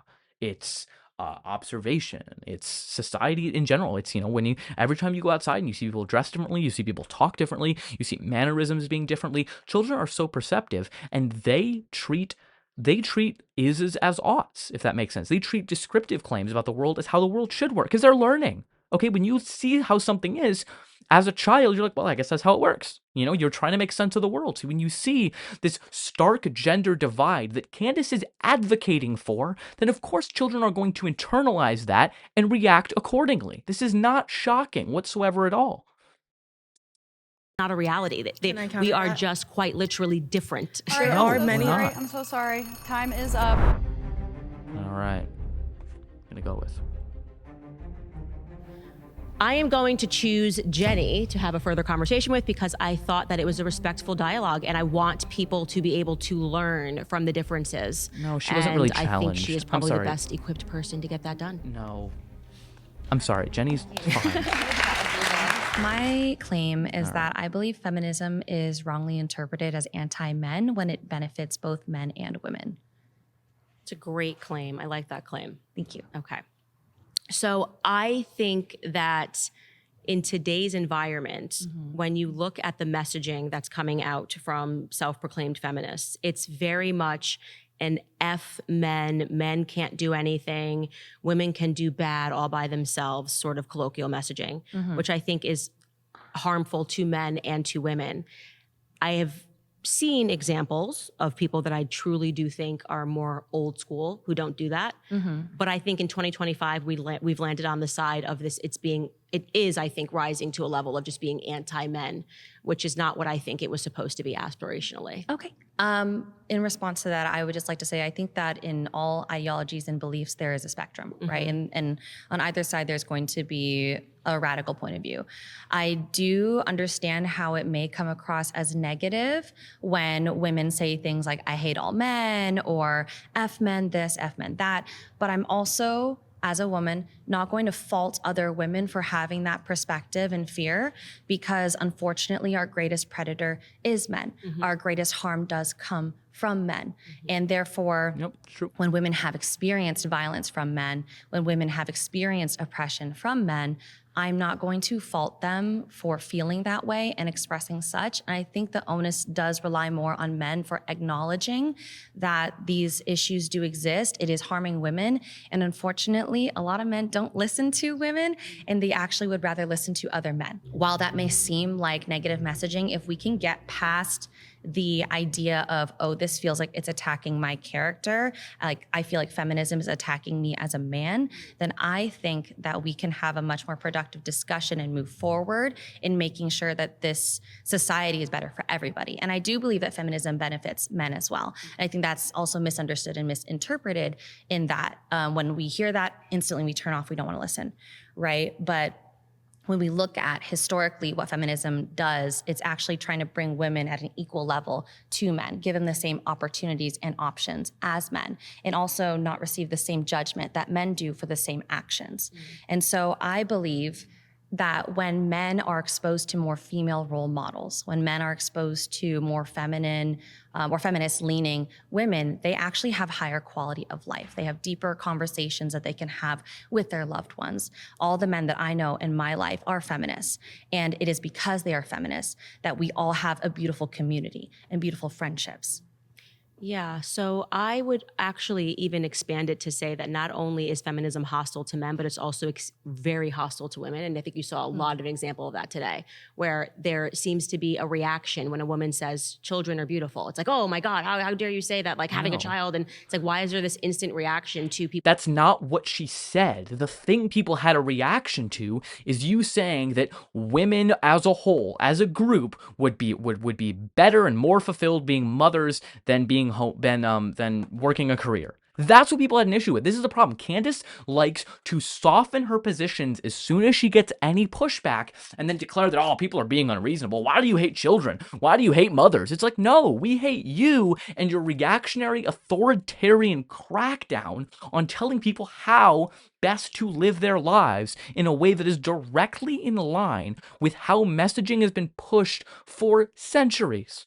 Like, you don't get to stand up and be like, no, I'm just trying to tell people that I just love being a mother so much and people should prioritize being a mother. And it's just, no, you are backing up and you are legitimizing all of this narrative, all of this idea that women shouldn't be in careers and roles. So when people come up and they're hostile or push back forcefully, it's not they don't like children as much as you would like to misconstrue what they're saying is that they don't like that you are trying to box women into the category that women and society as a whole, especially women, are trying to get out of.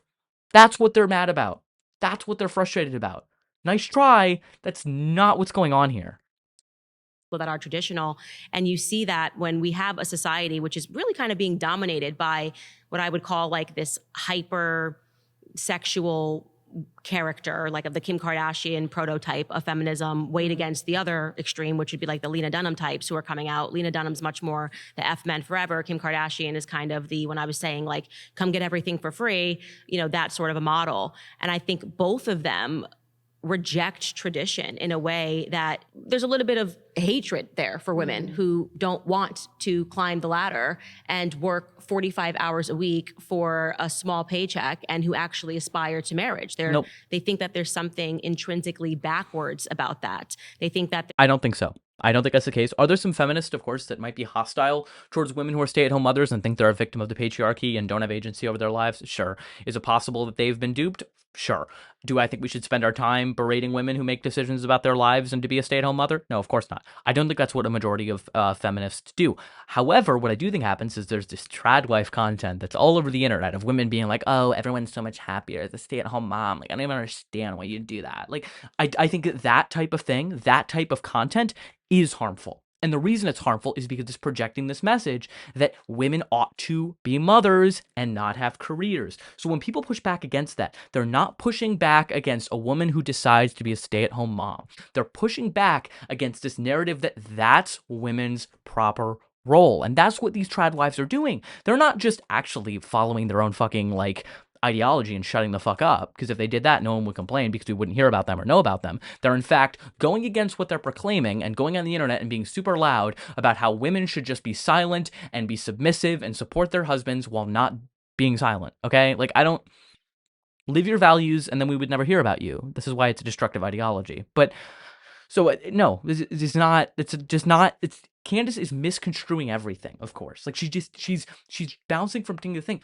No offense. This is why she chose Jenny. I have nothing against Jenny. Jenny seems like a wonderful person, and I'm sure that, this is a great conversation. She bring up a lot of good points. Candace doesn't feel challenged here. Okay? Candace doesn't feel like she's actually being pushed on anything, and that's why she chose Jenny, because it's an easy conversation. It's an easy conversation where she can just go back and forth. I wish she would have picked someone like Evan. I thought Evan did a really good job, and, Candace almost did. She's like, oh, I thought this was an interesting conversation. But of course, now she can kind of just slam dunk on Jenny, who Jenny's fine, Jenny's nice, but Jenny's not going to really hold her feet to the fire in the same way some other people were. And understandably, Candace doesn't really want that, of course. She wants to, just glide and slide through. So I don't know. I will be interested to see how the rest of this conversation goes. Obviously, I don't think there's going to be any really major pushback here, but yeah. there's something wrong with women who are wholesome and happy, and they instantly try to problematize that. And I'd say one of the greatest cultural examples of that today was like the feminist attack on Ballerina Farm, which just kind of came out of nowhere. It was so weird. Like, we have an example of every feminist on the cover of everything, and it's like, but no, this woman can't have 10 million followers. She's not allowed to have 10 million followers. We have to take her down. And that to me is the greatest example of what modern feminism has become, because they pretend it's about choice, but in reality, they want every woman to enter the workforce and to pretend that they're happy in the workforce from a 9-to-5 job. They want women to know that that is an option. And when women come forward like Candace Owens and tell women that, no, you really shouldn't do that. No, it's so bad for you to do that. You know, you shouldn't do that as a woman. That's when we're going to push back. We're not pushing back against women who choose to do that. We're pushing back against women who do that and tell other women that's what they should do. Okay, that's their proper role, because women don't need any more encouragement to be stay-at-home mothers. They've been told that and socialized to do that for centuries. Okay, this is not that complicated. Compete with men. And I think, if people are being honest, the overwhelming majority of women are doing that because of financial power, not because they're really happy. And that's why they're binge drinking on the weekends. And wait, hold on. Financial power is in some ways a key to be happy. You know, one of the biggest lies is money can't buy happiness.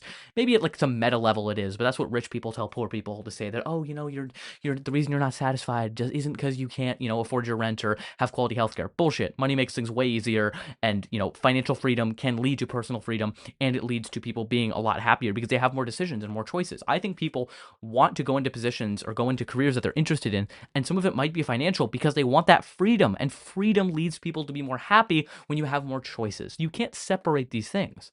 So, or not because they're really happy, and that's why they're binge drinking on the weekends. And I disagree with that. I think that feminism just gives women options. And if you want to be a stay-at-home wife and you want to be a trad wife, that's fine. Feminism is not, in my opinion, I think a lot of other people agree with me, feminism is not the belief that you can't do those things and we're trying to convince women that they have to work. I believe that feminism is, if you want to work, go do that. Go get that bag, you know? But if you don't and you want to be a stay-at-home wife, then there shouldn't be consequences for doing that. And I think the whole Ballerina Farm discussion is kind of highlighting some of the consequences. We see a woman who wanted to be a ballerina but gave up that passion and dream to be a mother. And I don't think that it's wrong to want both. I think that I think there's value in being a mother. I think there's value in having a family, right? I work with kids all the time as a swim teacher. I love kids. But at the same time, I don't want to have to choose between kids and my career path or my progress. Choose, and that's another thing, is they just keep rejecting her answering this question 1,000 times. Of course, when you're young and before you have kids, the things that I wanted to do aspirationally has radically transformed. From now that I'm married, it suddenly, everything came into focus, and really, I understand that family is what it's all about. It's like you have your first kid and you change entirely. Your focus changes. And I do find exactly what you're saying is that even when she herself says, this is what I wanted, I was not forced to give up, you know, that's what I wanted when it was just me in my life. And I went to Juilliard and I did what I wanted to do. And I danced as a ballerina. And then my husband moved to support me as a ballerina. And then I got pregnant. And when you have a child, your entire world changes instantly in a moment. And it's hard to describe that to someone who doesn't have a child yet, because when I was there, I didn't understand it either. So I actually would have agreed more with you. Until that moment happens, you don't get it. And so what I'm saying is that to see people constantly try to problematize her life when she's like, I have 8 kids now. It's like, and not only do I love kids, I have 8 of them, and I'm cooking and I'm going to school and I'm bringing them with me to Ireland. And the attacks on the trad wife culture, it just shows you that there is fundamentally a hatred for tradition. And I think that— Nope, it's not a hatred for tradition. It's a hatred for prescribing that tradition onto everyone else. So I think I don't know. Was not familiar with the Ballerina Farm situation or someone. My understanding of what Candace said, and if it's correct, it's correct. If it's not, disregard what I'm saying, because I'm operating off of her conception or her recalling of what happened, which who knows how reliable that is. Is that there was a woman who, you know, was going to be a ballerina, or she did become a ballerina, but then she decided she would rather have children and pursued that pathway instead. That's fine. Like that's okay. I think the issue is like, I don't know, like, was there any underlying messaging that, you know, that's really what women should do, you know, that's what they— if that was the messaging, I understand why people were pushing back, because it's like, no, like, you should be able to do both. And also that in a lot of this trad wife culture, it's not just, it's not just, I'm choosing to do this. It's I'm choosing to do this and I'm pushing this content onto other people as if that's what women should do. And they think that women who do that are making a mistake. Okay. The reason that people are against this trad wife culture is because it's not just women choosing to be trad wives. It's women who are choosing to be trad wives and demonize other women who don't do that. So the demonization works in other directions. So what happens is that these trad wives demonize, or a lot of the trad wife culture demonizes working women. Oh, those girl bosses, those insufferable feminists who want all this. It's terrible. And then those feminists respond like, fuck you. You have a terrible life. You're going to get divorced by 30 or 25. And these trad wives then clutch their pearls and go, oh, no, you hate us. You hate me because I'm just making my choice. No, they don't hate you because of that. They don't hate you. They don't dislike you because you made that decision. They dislike you because you're demonizing other people for not making the decision you made, and then when they demonize you back for your demonization, if you can follow, then you interpret that as demonization of your choice to be a trad wife and not your choice to demonize others. Okay, so I hope that all makes sense. I made sense kind of in my head. I hope you're able to follow. That's the problem here. Okay, the problem is the people who make choices. The problem is people who make choices chastise others for not making that choice, then they get backlash and then clutch their pearls and claim that you're actually going after their lifestyle and not their espoused rhetoric. That's what's going on. I hope you were able to follow that. I don't know. Maybe you need to put that in 0.5 speed or go back and listen to that again. I probably will. Okay. I don't even know really what I said. Maybe it made no sense. Hatred is being bred into women. And ultimately, when you find those women at 50 who have chased their careers, it has been my experience, and they don't have family, that they suffer from tremendous unhappiness if they've missed that window of opportunity to start a family. I mean, I would like to disagree with that point that feminism is hating on the trad wife life. I think there is a misrepresentation of that life that's being fed to people. For example, people like Nara Smith and Ballerina Farm they're social media content creators. That is their job, right? So it's not that they're just a stay-at-home mom. Content creation itself, as I'm sure you're aware, is also a job, right? So they are not actually fully trad wives. They also are working. Correct. And on top of that, they are marketing this lifestyle that is not attainable by everybody. It's not feasible, and I think you agree with this too, to be spending 8 hours cooking chocolate chip cookies from scratch where you've harvested the cocoa yourself. You know what I mean? And it's not feasible in our current economic system, right? And maybe that's what people want, and that's great. And I don't think feminism is the one that's telling you you shouldn't want this. I disagree with that strongly. I think feminism is telling you that if you want to pursue that, that's great. That's for you. I've never met a feminist that didn't find a problem with the trad wives, and that's my point. Is that it's a delusion. Well, you're meeting one now. I don't think because as soon as I said something traditional, everyone rejected. No. I said you will get more purpose and I think that's joy from raising you get joy from raising a child, and everyone acted like when I said you get joy from raising a child, like I had stabbed them in the chest. Well, it's like, guys, shouldn't we just like understand that children are like it's a good thing to inspire to children? I don't think any of us here hate kids. I think the point is it's not about, I've mentioned something traditional and this is the reaction that I'm getting from it. It's that it's almost like you're making an assumption that this applies to everybody. I am making a generalization, right. And I am and that's saying what people that are reacting to. If the majority of women did not invest time to start a family, women would be miserable. And I think that recognizing that when women start to, like, the biological clock is real, and women start to recognize that they spend so much time trying to climb a ladder and they maybe don't find a partner, and it's harder to find a partner now because, as I said, we have devalued ourselves by giving up sex so freely. I do see that there is an increase in those types of women who are relying on drugs to make them happy, whether they're right, but not everybody wants marriage, and not everybody wants a relationship. I think overwhelmingly. Women do want the safety of a relationship and a happy home. And I think that feminism lies to you and tells you that you don't until it's too late. It's not mutually exclusive. That is what I do a lot of work trying to get women to understand. Yeah, no, and I understand that you're trying to... I'm sorry, that's time. I do apologize. You have people who are coming because they want to create a social media moment, and these are always, I've done so many events, the most frustrating things because nobody's learning. And I also think it's something that women that are young need to come to terms with, or they're going to end up on the other side and be miserable and be popping pills like a lot of women who bought into the illusion of feminism did.